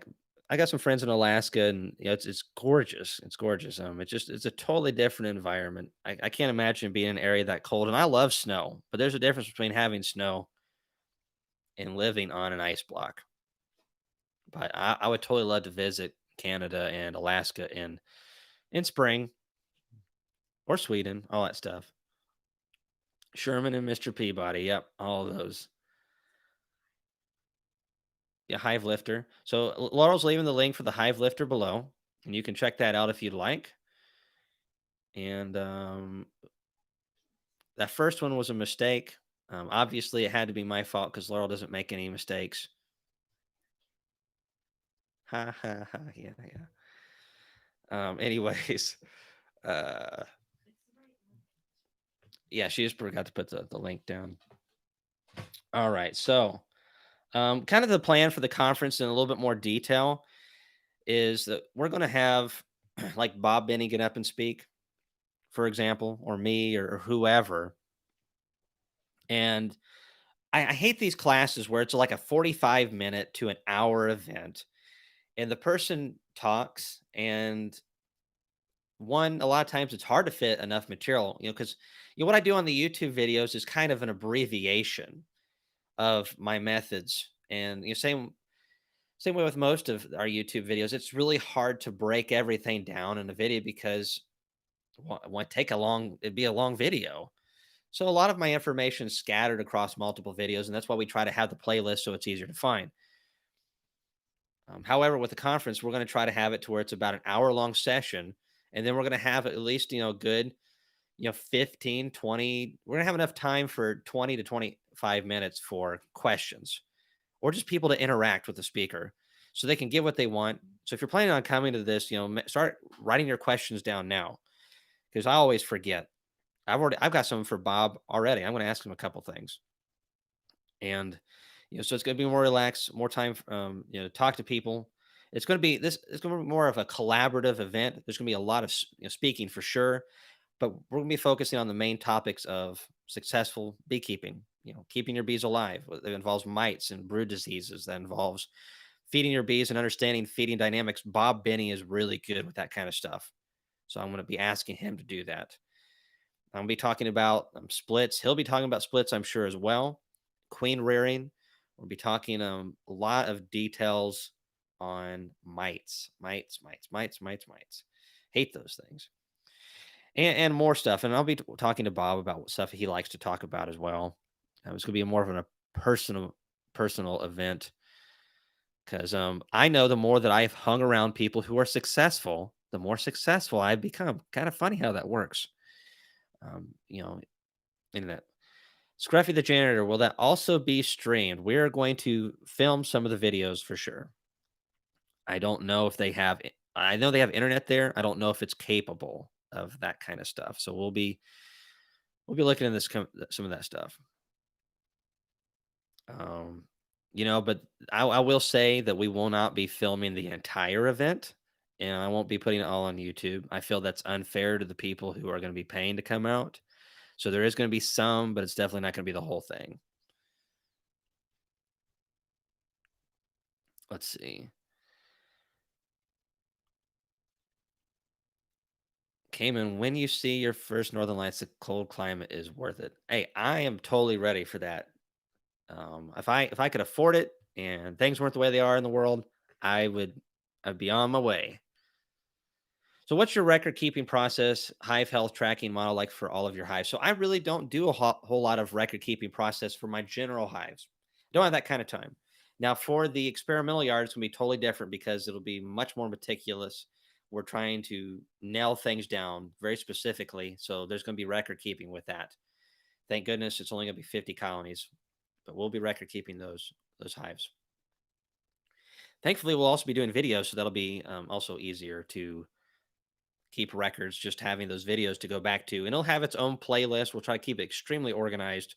I'm going to benefit a lot from this as well. I mean, don't get me wrong. The experimental yard is, I've wanted to do this forever because I need to be able to nail this stuff down for my business. The more I can understand what's truly going on with all these dynamics, the better success I'm going to have with keeping my bees healthy. And the more I can get off of Apivar and stuff. So I've got a lot of reason to see this do very, very well. And I'm very excited. So Cindy Bryant, it is going to be in Lebanon, Tennessee, which is not too far from where I'm at, but it's closer to Nashville because there's people that are going to be flying in, and we'll be announcing everything within 7 days. I'm confident. All the details, price, where the cheapest hotels are. We're going to have cheaper hotel pricing because of how many people are going to be showing up. Lots of different things. There's going to be great food. So it's going to be the 8th and 9th of January. Lunch is going to be provided both days. Very fine quality food. You're not getting any sandwiches. I hate that. Go and pay money for an event and you get sandwiches. And again, there's going to be bulk syrup, bulk pollen sub available, Ultra B. And these are the stuff that I use, and they're going to be at bulk prices. So it's like you're getting the same buying power that I have. Now, I'm I don't have time for this kind of stuff. So if you call me later and like, hey, can I get this stuff from you and just come out to your farm? It's not going to happen. I don't got that kind of time to do a little individual sales like that. But we'll be taking pre-orders for that kind of stuff. I'm going to have dipped boxes. We may even try to make a T-shirt, but I don't know if we'll have time for that. I'm gonna have a bunch of other stuff as well. We're gonna have some vendors there. I'm gonna have some extraction equipment. I'm gonna be selling some of my old extraction equipment. Some uncapper, an uncapping tank. Gonna be selling a few other odds and ends. I also did a video on the oh goodness that simply honey farms or whatever that roller uncapper thing. I bought that for YouTube videos, and I'm gonna be selling that because I just did it for a YouTube video. It's been used once. The kids are eating my food. Ah, that's been going on for years. Hey, Merry Christmas 2.0. We're still figuring out a little bit more on the catering. Brian Reese, Hampton Inn, please. I will mention that. I've got a guy that is taking care of planning the event for me because I don't have the time. So I do weigh in on it. I mean everything. So it's not like I don't have a say in any of it. But I'm not. Thank goodness I'm not having to do this myself, or it would never happen because I just don't have that kind of time. So he is figuring out. And he's almost got it all figured out. There's just a few other odds and ends to tie up. I will mention Hampton into him, Brian, and we'll have a price shortly. We're going to try to keep it as inexpensive as possible. We're getting guys like Bob Benny. I'm still waiting back for 100% confirmation on the date for another big speaker. Um, I've got options, and they're going to be good. I just have a one guy I'd really like to have there, and hopefully he'll be able to do it. But these guys aren't cheap, especially when you have to fly some of these guys in. So, anyways, I will be getting the prices out soon. We're going to try to keep it as reasonable as possible.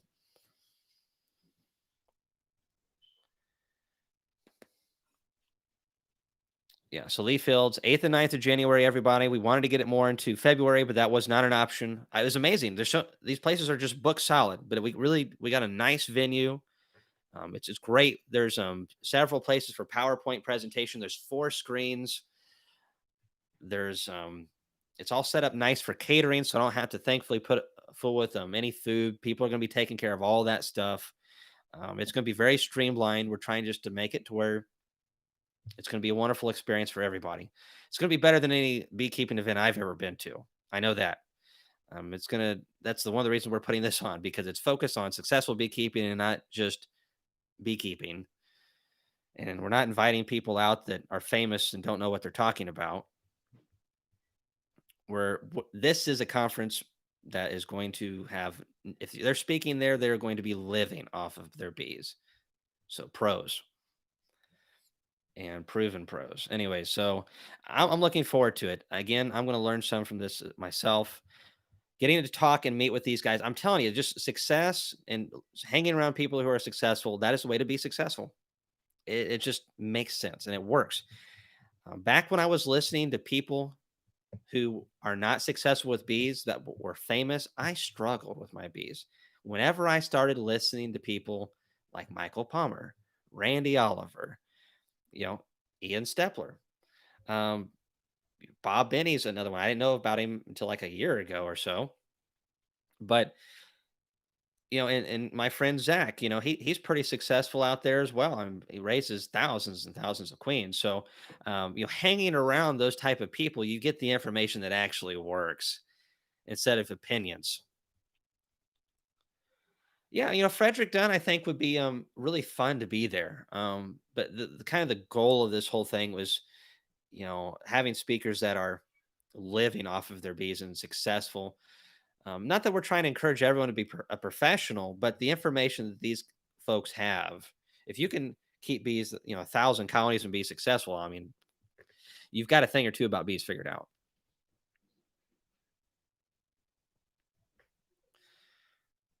Yeah, yeah, yeah. But yeah, Frederick Dunn would be awesome. I'm actually going to give him an invite to come out there, and maybe I'll pay for his hotel expense or something if he'll come out, or something like that. Hey, Brian, I'm looking forward to it, man. Thanks so much again. Have a good night, buddy. Exterminate those yellow jackets. Well, You can put out some bait traps, but honestly, the best way to deal with hornets and yellow jackets is find the nest and nuke them.